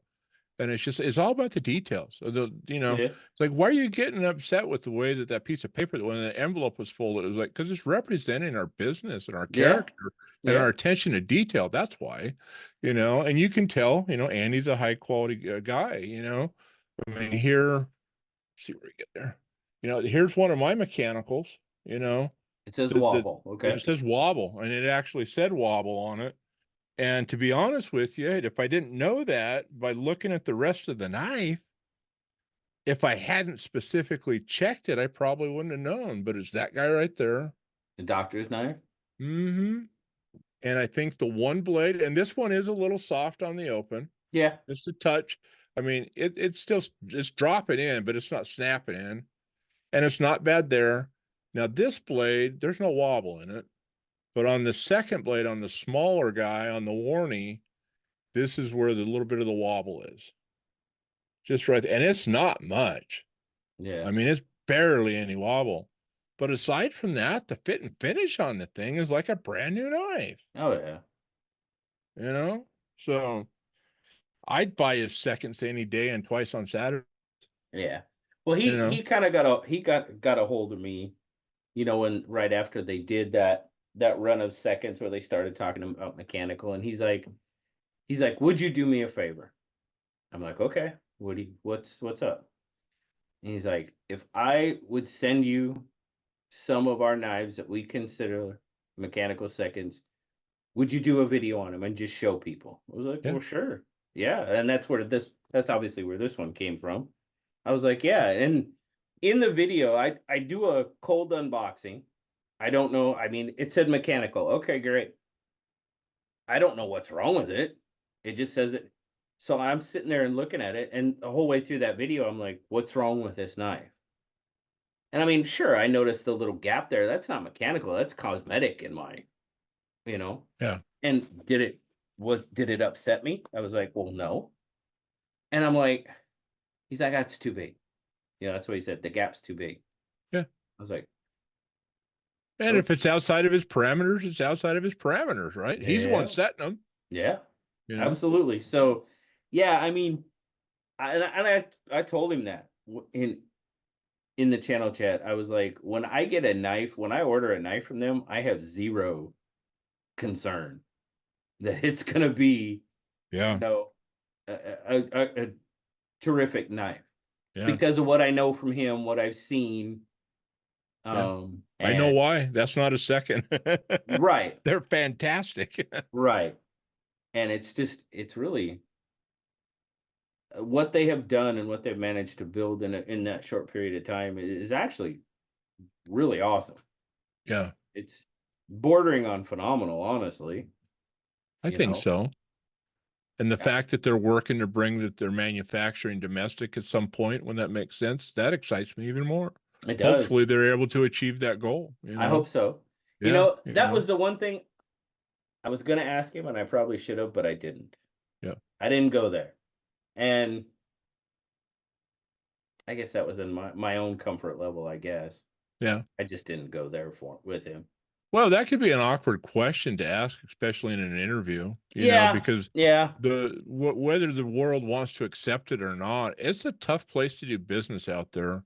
And just because as a business owner or manager or whatever, you want to do something, that doesn't necessarily mean that the world's going to cooperate with you right now. Right. And the cost of business and Mhm. purchasing, especially building, construction, all that stuff, it's gone through the flipping roof, man. Yeah. And plans that he would have had 3 or 4 or 5 years ago to be at some point, they could be non-realizable at this point just because of the cost of everything has gone up so much, you know? Absolutely. Hopefully that's not the case. Hopefully that's not. Right. Right. And I mean, we've discussed this several times, one being Jack Wolf, right? Mm-hmm. You know, you're talking about manufactured outside the United States, and they're 299.99. That's what you're going to buy a Jack Wolf Mm-hmm. knife for. If that production got brought to the United States, I'm almost positive it's a $400+ knife. I think you're probably right. And a lot of people can't afford it at where it's at right now. So it's a double-edged sword. And I get it. Mm-hmm. Would I love to see it? Absolutely. Yeah. Well, trust me, I've done videos recently where I would love to see some of the US companies that are already established produce their knives like a US company. But you don't get that a lot of times. No. I've Yeah. had I've had my fair share of unhappy moments. You know that. Yeah. Yeah. And it's, and I get comments all the time on videos, you know, and you know what I'm talking about, derogatory about where knives are made and stuff like that. Yeah. And it's like, dude, these guys are just trying to get a product out. And if they try to do it here, it's not going to happen. Exactly. It's and I don't think the American consumer in general, regardless of whether you're in the knife EDC community or not, but I don't think the American consumer really understands, for the most part, how hard it is to do business and get products to them, Hmm. you know, and to do it all domestically, USA made, it's next to impossible anymore. You know, I get customers, and I get it. I like to buy USA made too. I get some guys that'll come into the store and they're just like, "Where's it made at?" Well, most everything's made overseas at some point. There is some stuff that's still domestically done. Well, why do I got to pay so much for it? Well, you know, because $15 an hour minimum wage, Hmm. it's the cost of business, the cost of goods, the cost of fuel, the cost of transportation. Everybody's like, I get free shipping with that. It's like, I got to pay $400 to get it here. How can I afford to give it to you for free shipping? Right. Right. It's like, no, the world has really changed in the past few years. Oh, yeah. And I've said it a few times before, support your local brick and mortar business and get offline, people. Oh, They yeah. sent everybody home. They made it a drive-through online world. Yeah. Oh, yeah. If you're not supporting your favorite local small businesses and you're not doing it now, there's a good chance they're going to be gone in the next 6 months to 12. Oh, yeah. Yeah. If I you mean, it's haven't already already seen them go away. absolutely. Yeah. We're talking, um, well, restaurants. Mm-hmm. There's restaurants that just didn't, even post COVID, there's restaurants getting closed all the time because it's all online delivery. You're not paying there's a lot that goes into it. Right. There's a lot that goes into it. So, and like a lot of these stores with the automated checkouts, and stuff like that. I mean, you're taking workforce out of the You are. economy. That's You exactly are. what's happening. but it's driving them to it because the minimum wages are going up because the cost of living is going up. Yeah. So, I mean, it's a vicious cycle. Yeah. Well, I mean, you Or know, cause and effect. That's it, the it very much is. And the reality of it is those that weren't convinced that you could telecommute, that you could teletransact, that you could do all this stuff, those people were proven wrong during COVID because the world had to figure out how to do all that stuff. right. You know, I mean, look at how many of your bank branches have been shut down in your town. I mean, how many drive-throughs still exist now than where they did, right? These guys have figured out it's corporate greed, you know, the PE firms and the billionaires clubs and stuff like that. They figured out how to make the same money and sometimes more and do it with less expense Oh yeah. by using technology, you know. Yeah. Oh And I yeah. mean, we're sitting here and we're basically communicating and enjoying you know, our passions and stuff like that, largely due to some of the technology that was advanced. And it certainly came into my world during that time, you know, and I think a lot of people very much so would, but no, it's changed the world. But brick and mortar, your grocery store, you know, is next time you go into your grocery store, don't set that gallon of milk on the belt and say, how much are you going to give me off on that? And will you give me free shipping? You know, I mean, keep in mind when you do business with other businesses and stuff like that, you know, just remember, I mean, in our case, a lot of our accessories, just in the last year, 18 months, we're making 8 to 14% less margin on it just when we're buying it, you know, from what we had been. Yeah. You know, the margins are being decreased and stuff like that. And the cost of business is just getting more expensive. Oh yeah. And it's hard to compete. You know, it's hard to compete with the internet. It's hard to compete with Amazon and eBay, you know. So, Oh yeah. Yeah. yeah. Absolutely. You know, support your local checker with the person behind it, you Yeah. know, because somebody's getting a paycheck for doing that. That automated line that they want to cattle call you through. There's several people that lost their jobs for that. Just Oh remember. yeah. Absolutely. Yeah. Absolutely. No So, yeah. doubt. No doubt. All right. All right. Let's wrap up on we kind of went down a rabbit hole there. Yeah. Let's wrap up on something. Uh okay. What is something you personally would like to see come from the knife and EDC world? Is there anything that you've kind of been thinking about that you would like to see? I know you're big on the vehicle EDC. I know we've Hmm. definitely covered that, but I mean, and it could be something small as a certain a certain company making a certain knife or something like that. But is there one thing that you're kind of like maybe waiting for or holding out hope for the from the knife and EDC community? Oh boy, that's tough. Yeah, I mean, yes, I do. I hope a white bone holiday appears, whether it's in the form whether it well, and I'll be honest with you, whether it's in the form of Finch bringing it back, which I think they pretty much said that they're not going to, or something that Oh, pops up out there, I you love know. it. Well, I mean, you know, that's the one. I mean, that was yeah. I All mean, right, I got two of them right here, but I mean, hang on. I've looked in a lot of corners and I just can't find one. That would be, I mean, that's, we've talked about it before. You know, that's my grail. And I know I'm 5 or 6 deep on your list, so I know it's not coming from you.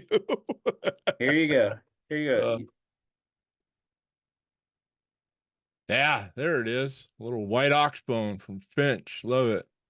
There you go. Your wish came true. No. Well, I got to see it. I love Right, right. it. No, and trust me, that conversation has been had Yeah. because I've told them, hey, you know how many people want my white bone holiday? Yeah, um, the list is long and I'm way down and I know that. So even if they did it, maybe not even a full production run, but if they would think about, how they've done, well, they did it with the they've done a couple of the glow Runtley XL yeah. glowworm. Yeah. Just do a short run. See if they could do a short run, Yeah. like a 50 maybe. Right. Well, And I think they'd be gone in I think they'd be gone in a matter of I don't know about hours, but a couple of Yeah. days. You and I scored those. There was only 20 of each of those made. Yep. And had we not done your channel chat, I mean, I would have probably missed it because we wouldn't have been talking about how they like to sneak stuff in on you, Yeah. you know, and you And they probably did it wouldn't have that pulled us up. night. I ordered them that night. Yeah. Yeah. And I threw mine in the shopping cart when we got done that night. And then I Yep. woke up the next morning. I was like, oh crap, did I actually hit send on that? And I hadn't. I Oh put them in the no. cart that night, but it was like the next almost afternoon. And I go in there, I was like, God, I hope they're still there. And they Yeah. were sitting in the cart and I pushed it through like, because there's only 20 of those bad boys each. And you know, I think they still have some. They do. I don't think that was as popular as they were hoping. I like that they do that though. Yeah. I like that they take some of those that maybe are because they've done it with that. They did it with the Shiv, you know, and just take some of them and do a little something something to them. You know, Mhm. they don't charge any extra for them. No, they were exactly the same price as the non-limited edition ones. So I'm like, well, they have to pay somebody to do that. Yeah. So they're not pushing that cost out to you or to me. Which to me kind of says, here you go, guys. Here's a limited edition. It's a small run. Have at it for our thing. And it's kind of a thank you for Yeah, being for and well, and quite honestly, yeah. it's probably for more guys like you that are always looking. Oh, yeah, it's coming out, you know, boom, boom, boom, right, Us right. sickos, us I'd love to sickos. yeah, I'd love to tell you I'm going after the full Finch line. I thought about it a couple of years ago, but seeing you struggle to go back and catch the stuff that you had missed, dude, I was way behind you, right? And it's like, there's no way I'm gonna ever track all those down. So, you know, I mean, it didn't in the big scheme of things. It really didn't take me as long as I thought it was going to, honestly, hmm because well, I had a lot of help. I had a lot of awesome help. yeah. I mean, you know, the Takunas were gone. They were non-existent. Yeah, that was one of your harder ones to get It tracked down were the Takunas, right? absolutely was. Yeah, I had one of the four. I had one of the four.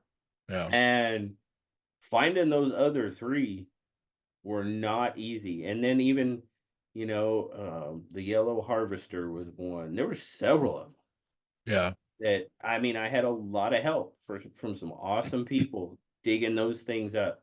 And then a couple were just like I didn't even know existed. And they're just like, "Oh, what about this one? What do you mean? What about that one? Where'd that come from?" Oh, well, we just had a few of them, so we did. I was like, "Now there's another one. I gotta go find."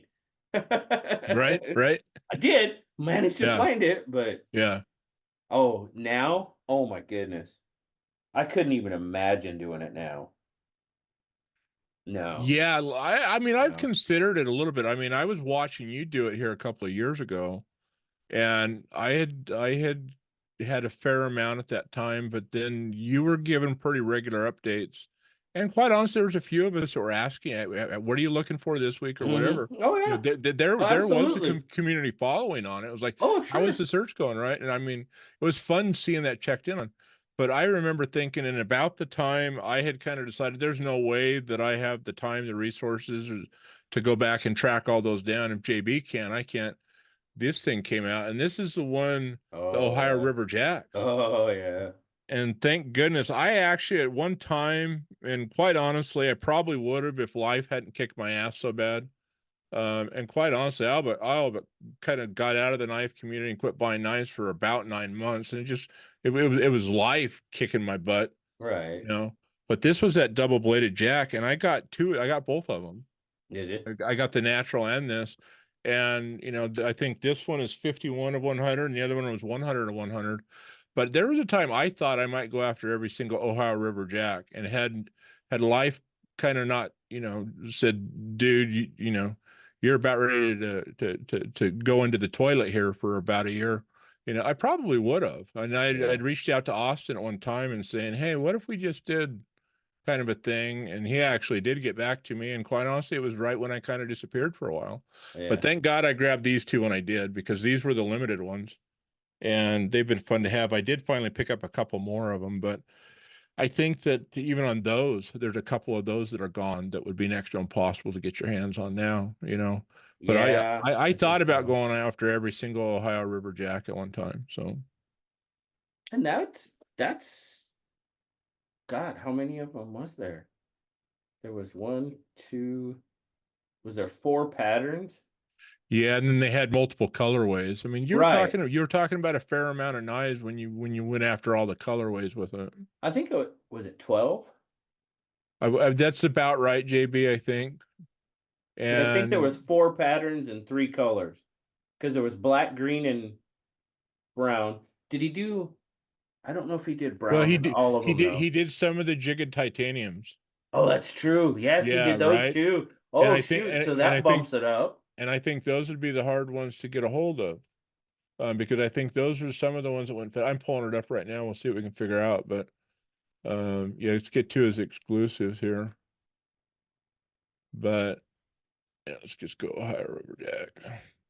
But you know, those things, in my opinion, the Ohio River Jacks, not only are they a great knife, but they're a hell of a value considering you're throwing M390 blade steels and slip joints, you know, and look at what he's selling them for. Yeah, there you go. The jig and tie right there, man. Yeah, yeah, I did. I forgot about those. My Yeah, goodness. right. Yeah, that So, ups it. Ohio River Jack single. So you're going to go green canvas, you're going to go natural canvas, you're going to go Warney. You're going to go sheep's foot in both of Oh those colors. yes, yes, yes, Then yes. you're going to go black canvas in both Yeah. well, let's see, yeah, okay, so black canvas, at least it's on the site now. You've got Warney, you've got sheep's foot, and you have the spear point. Oh yeah. Okay. There was a lot more. Yeah, yeah. So Yes, yes. they get up there a fair amount. You had the 2 double blades. I'm pretty sure he did just the 2 double blades, one in the natural and one in the green. I And believe I so, knew that yes. those were limited, and I did have the force size back then to grab one of each of those. Yeah. And up until just the other day, when my recent order got from him, the matter of fact, there I haven't even got him out of the box yet. Sitting right here. And this one is the single blade Warney. I always do the Warnies first, just because that's my favorite. Right. But and then the other one is the natural Sure. in the Warney. So I just love the McCarter that they've been doing. And I think QSP is the OEM on all of these, I think. And man, whoever they get their McCarter from, it's just amazing. Oh yeah. I Um, I had to I had to grab this one. oh, that's a beaut. That Lake Champlain and that Yep, jig tie. Oh my goodness. yep. So, and that's another one I'd like to get my hands on. But yeah, so it looks like 1, 2, so go 3. What do we got? 3, 6, 9, 12. About 14, I think, JB, if I counted them right. Yeah. As long as there's nothing missing off it. He leaves everything unavailable once they're sold out. So I'm pretty sure that's 14. Yeah. Yeah. Okay. And I forgot that he'd put that black linen out. Yeah. And I don't have any of the black linen, so and they're all sold out. So yeah, I think all the I titaniums and do all the black are sold out. I do have a couple of the blacks. Do you? Yeah. Yeah, I do have a couple of the black ones. I went with black. Yeah. I didn't get the natural or the Yeah. green. I don't know. Maybe I need to call Austin or Brian and say, boys, can you help me shake a few of these ones out of the woodwork? I mean, well, I think enough of them. I'd love to have Yeah. the whole set. Yeah, So well, I'll try to. that would be fun to try to track some of them down. I got to get into the secondary somehow. See, I don't really mess with the secondary that much. Yeah, I didn't really either until I was trying to find these finches. Yeah. I really didn't. I bought one of them off of eBay. It was way overpriced. Um, I did a Yeah. lot of That was the live stream knife you were yeah, telling that us was about in live your stream pocket talk, night. right? Yeah. That was live stream night. Yeah. Um, I did several trades with people where they had one that I needed And I'll tell you, and I was like, I'll buy you any Finch brand new in trade, you know, and a lot of people did that for me, Nice. which was Nice. awesome, which was awesome. I'd added several of those. Where did I get that white one? It was a white G10 that they had dyed red, and it was a limited run. I think it might have been 50. That And it see, I was didn't until you told me that in the Pocket Talk. I didn't know that they did that. that was one of the ones that just like, because it Kind was of. with Austin. They kind of did it as a, and I had no clue that even happened.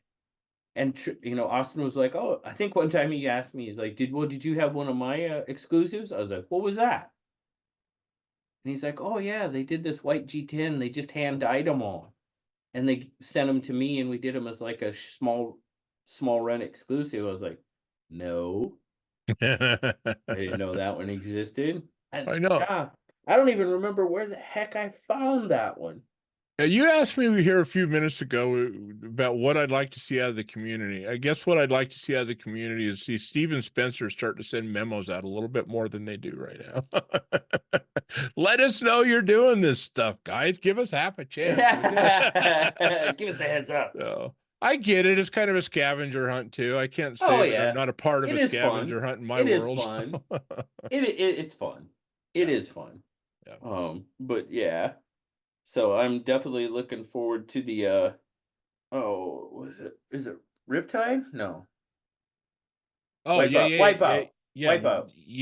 yeah. Bonsai pipeline. The pipeline? Pipeline. Pipeline. That's it. Yeah. I know it had something to do with surfing. Yep. I couldn't come Yep. up with it. Pipeline. Yeah, I had to Oh, think about that a little ad. I saw a teaser on it yes. here last week, and it said bonsai pipeline is how I Yep. remembered it. So, yep. Yep. Oh, the blade on that. Oh, that drop point. Oh It's a my beauty. goodness. Yeah. Oh, I can't wait. Somebody asked me in the chat, earlier tonight, what do you think of it? I was like, I want it, Right. and I want it badly because and he just laughed. I was like, tell us how you really feel. And he's like, Yeah. no, I mean, I do. I mean, like the Hellfire and all those, they're beautiful knives, and I want, but that Yeah. blade on that knife, oh, I want that. I Yeah, that's want that. gorgeous. And I don't know, did you see that they posted something on the Nocturnal? No, I did not. Yeah, they've posted I think it was just like or was it on the website? I'm not going to do this because I'm not going to I'm not going to screw with my live, but maybe it was on the website. It is. It's on the website. Go look on the Finch website, and they keep doing that. I don't know, but it says there's a new tab up there that says upcoming, and the pipeline and the Nocturnal are both up there. Yeah, get him up here. And the Okay, up. Nocturnal is kind of like almost like a Sai looking blade. Ooh, yeah, it is. Oh, wow, look at that. Look at Yeah, that. yeah. Wow, they've got like that black kind of a topo finish on that one. Uh-huh. Ooh, glow resin. I'm a big fan of their glow resin knives, man. I just am. Holy crap, look at that. And then got fat carbon. Yeah, these are gonna go quick. Yeah, these are gonna go quick. Well, look at that blade shape on that. That's amazing. Like I said, it is like a Sai. It kind of is. It's kind of a bit like that right there. And then they just kind of played with the back a little bit. And I'll tell you what, if anybody's ever wanted to try a slicey damn knife, these shivs might be the Oh, pokiest damn thing. I yeah, they love are. this blade, and it's a hell of a cutter, but I'll tell you what, I've almost gotten myself a few times on it. Oh yeah. It's amazing how flippin' pokey and sharp that thing is. It But is definitely a what, pokey stabby? That's what yeah, Nelly calls it, yeah, pokey pokey stabby. stabby, right? All right, And it there's looks a like, I pipeline. don't have a measuring device in front of me, but it looks like the blade length's going to be, I bet you that thing's going to be roughly about the same size as that shiv from the looks of it, that Nocturnal. It does. It Yeah. does look like that. Yes. Yep. About a Very good. 1-inch height handle. That's about what this is. Yeah. Look at that. That's what we're talking about. Mm-hmm. Sorry, I was trying to give a No, little I think bit it's better great. look Yeah. to Show it. them what we're talking about so they don't. Yeah, Yeah. absolutely. Yeah. So And it What doesn't else? give a, I mean, I don't know what the date is on it or anything. And Yeah. they don't say.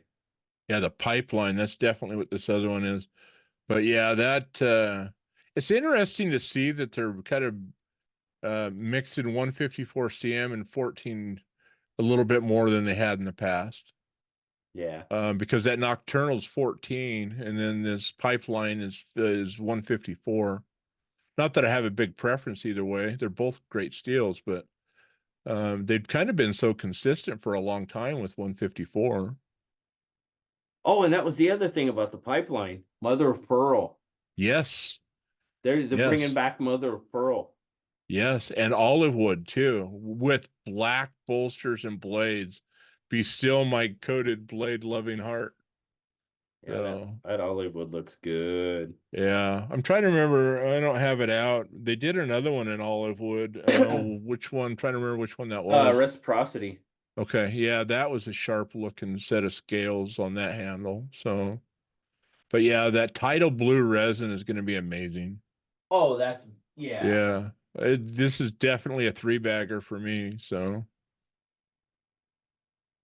And mother of pearl, I think I have the buffalo tooth in the mother of pearl, and that's beautiful. Oh, well, this one. Woo, woo, look out.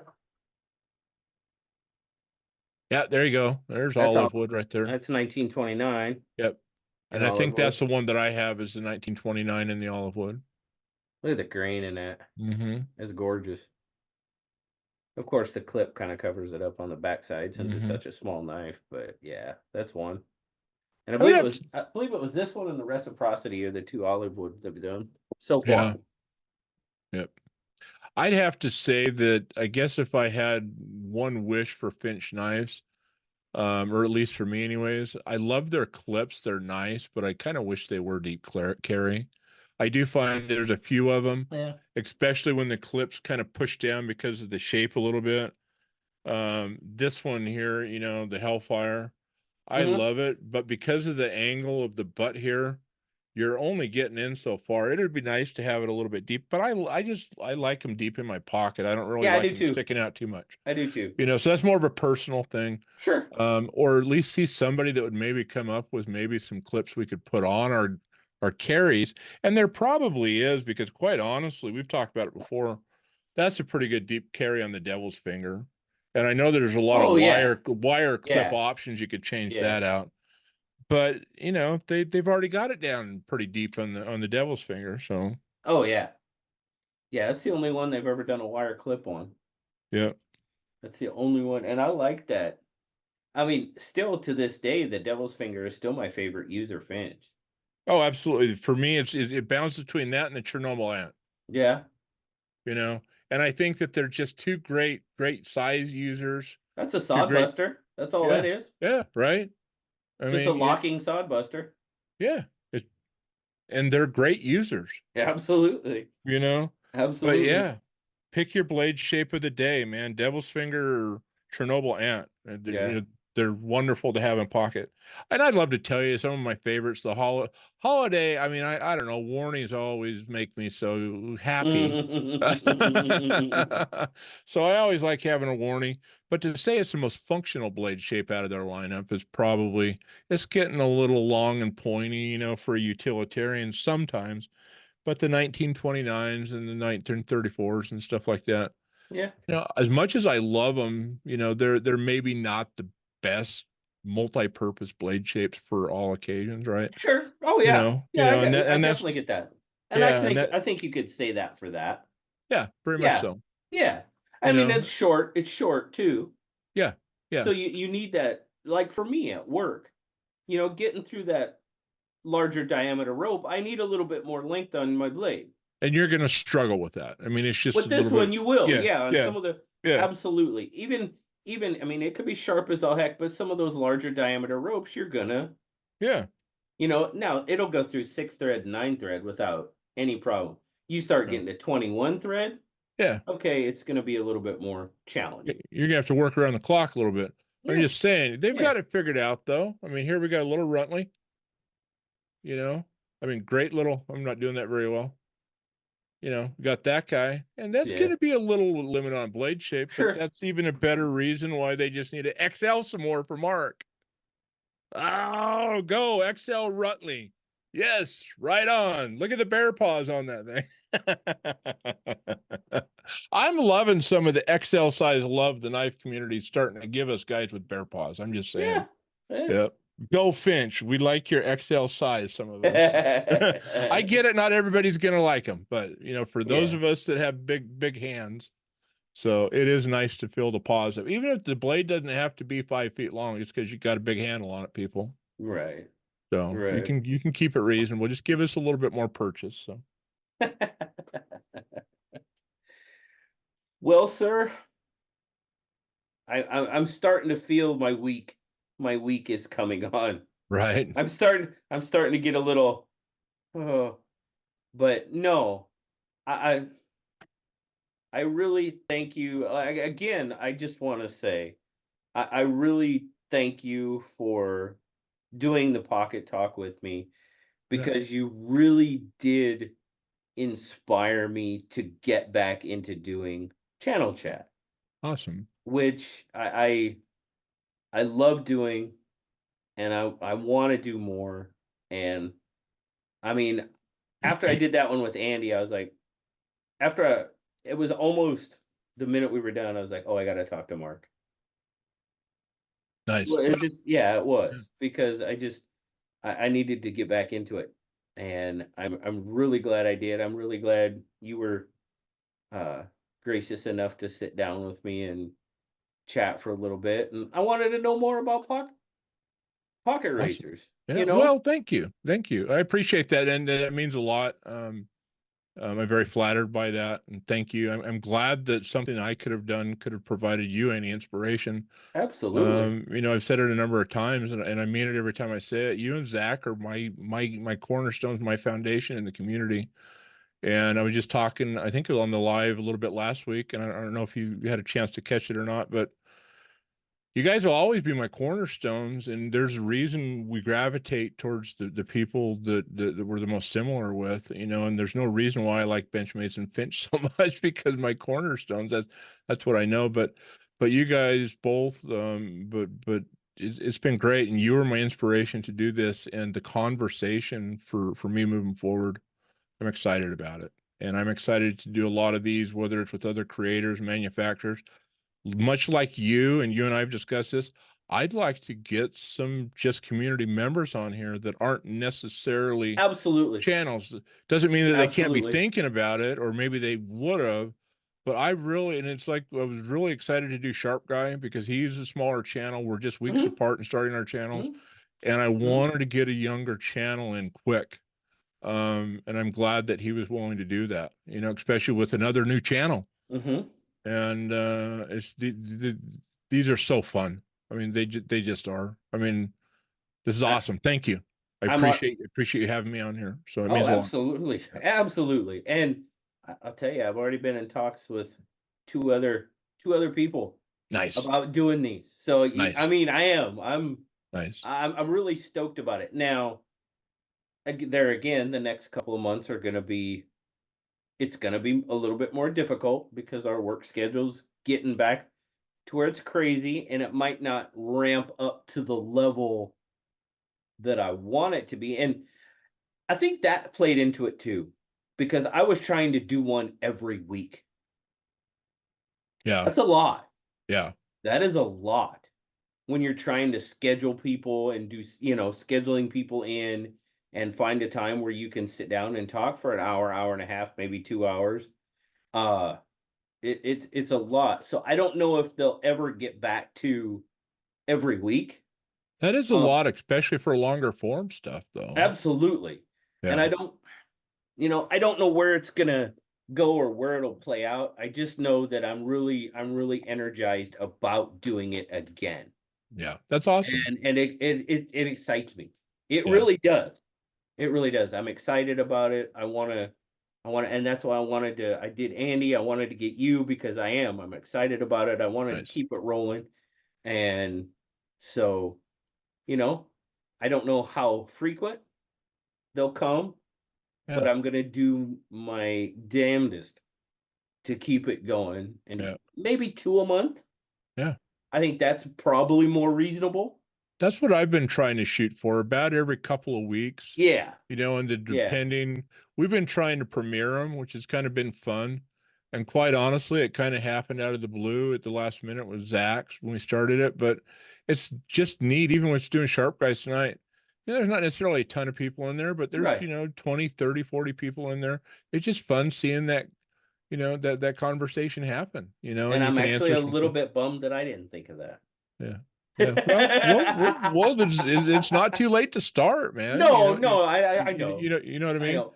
But Um, well, but it's it been fun. yeah, Yeah. it's been a lot of fun. And like I said, I am energized. I'm excited about getting back into doing them. And you are I owe thanks to you for Awesome. that for sure. Well, thank you For very sure. much. I appreciate that. It means a lot. So I really, really hope you have a fantastic rest of your weekend. I know I'll probably see you on a couple of live streams here or there. Absolutely. I'm not sure about my live stream next week. We'll just see how that goes. But you know, there you go. It's life, right? Right on, right on. Well, you know, we'll just you always figure something out, and who Yeah. knows, we miss that. We need to start doing some of our late night kind of pop-up lives we've just kind of talked about a little bit. Yeah. So we just need to, when you get ready to come home from work and say, you want to screw around late night, one of these, we need to do that too. Okay. Well, I've kind of been waiting for you to want to do one of those, you know, Okay. that is the Okay. bitch about trying to go Thursday nights to dates is, I mean, I knew coming in, you weren't going to be able to be in most of them. I know. You know what I It is mean? what it And it is, just though. sucks. But you and I have always talked about doing that and maybe pulling some other crazy characters in late night with us and having a Yeah. little bit different kind of a chat where Sure. maybe it's a little less focused intentionally, right? Oh yeah. Yeah. Well, I mean, it's like this. I mean, there was a couple of things I know I wanted to ask you, but it's more of just we're just talking. Yeah, It's nothing. Doesn't have to be anything intentional. yeah, You know what I yeah. mean? No, just a conversation with a buddy, you know. I mean, Yeah. that's really That's how all I it. feel about it. Absolutely. So, yeah. Absolutely. No. But well, Mark, thank you so much. Yes, Thank you sir. so much, guys. Guys, if you don't know pocket razors, you need to learn. Okay. There'll be all sorts of links. There might be some super squatch stuff down there. Go check all that out. Find out a little bit more about Oregon Truck and Auto Authority. Because as I said before, we're not professional YouTubers. We do actually have lives and jobs but this is for fun. We still got to pay the bills. So That's go right. check it out. Go check out Oregon Awesome. Truck and Auto Authority. Go check out, and we will definitely be talking to you again, my friend. Awesome. Thank you. Look forward to it, JB. All righty. Bye Thank you. bye. Take care. Peace out.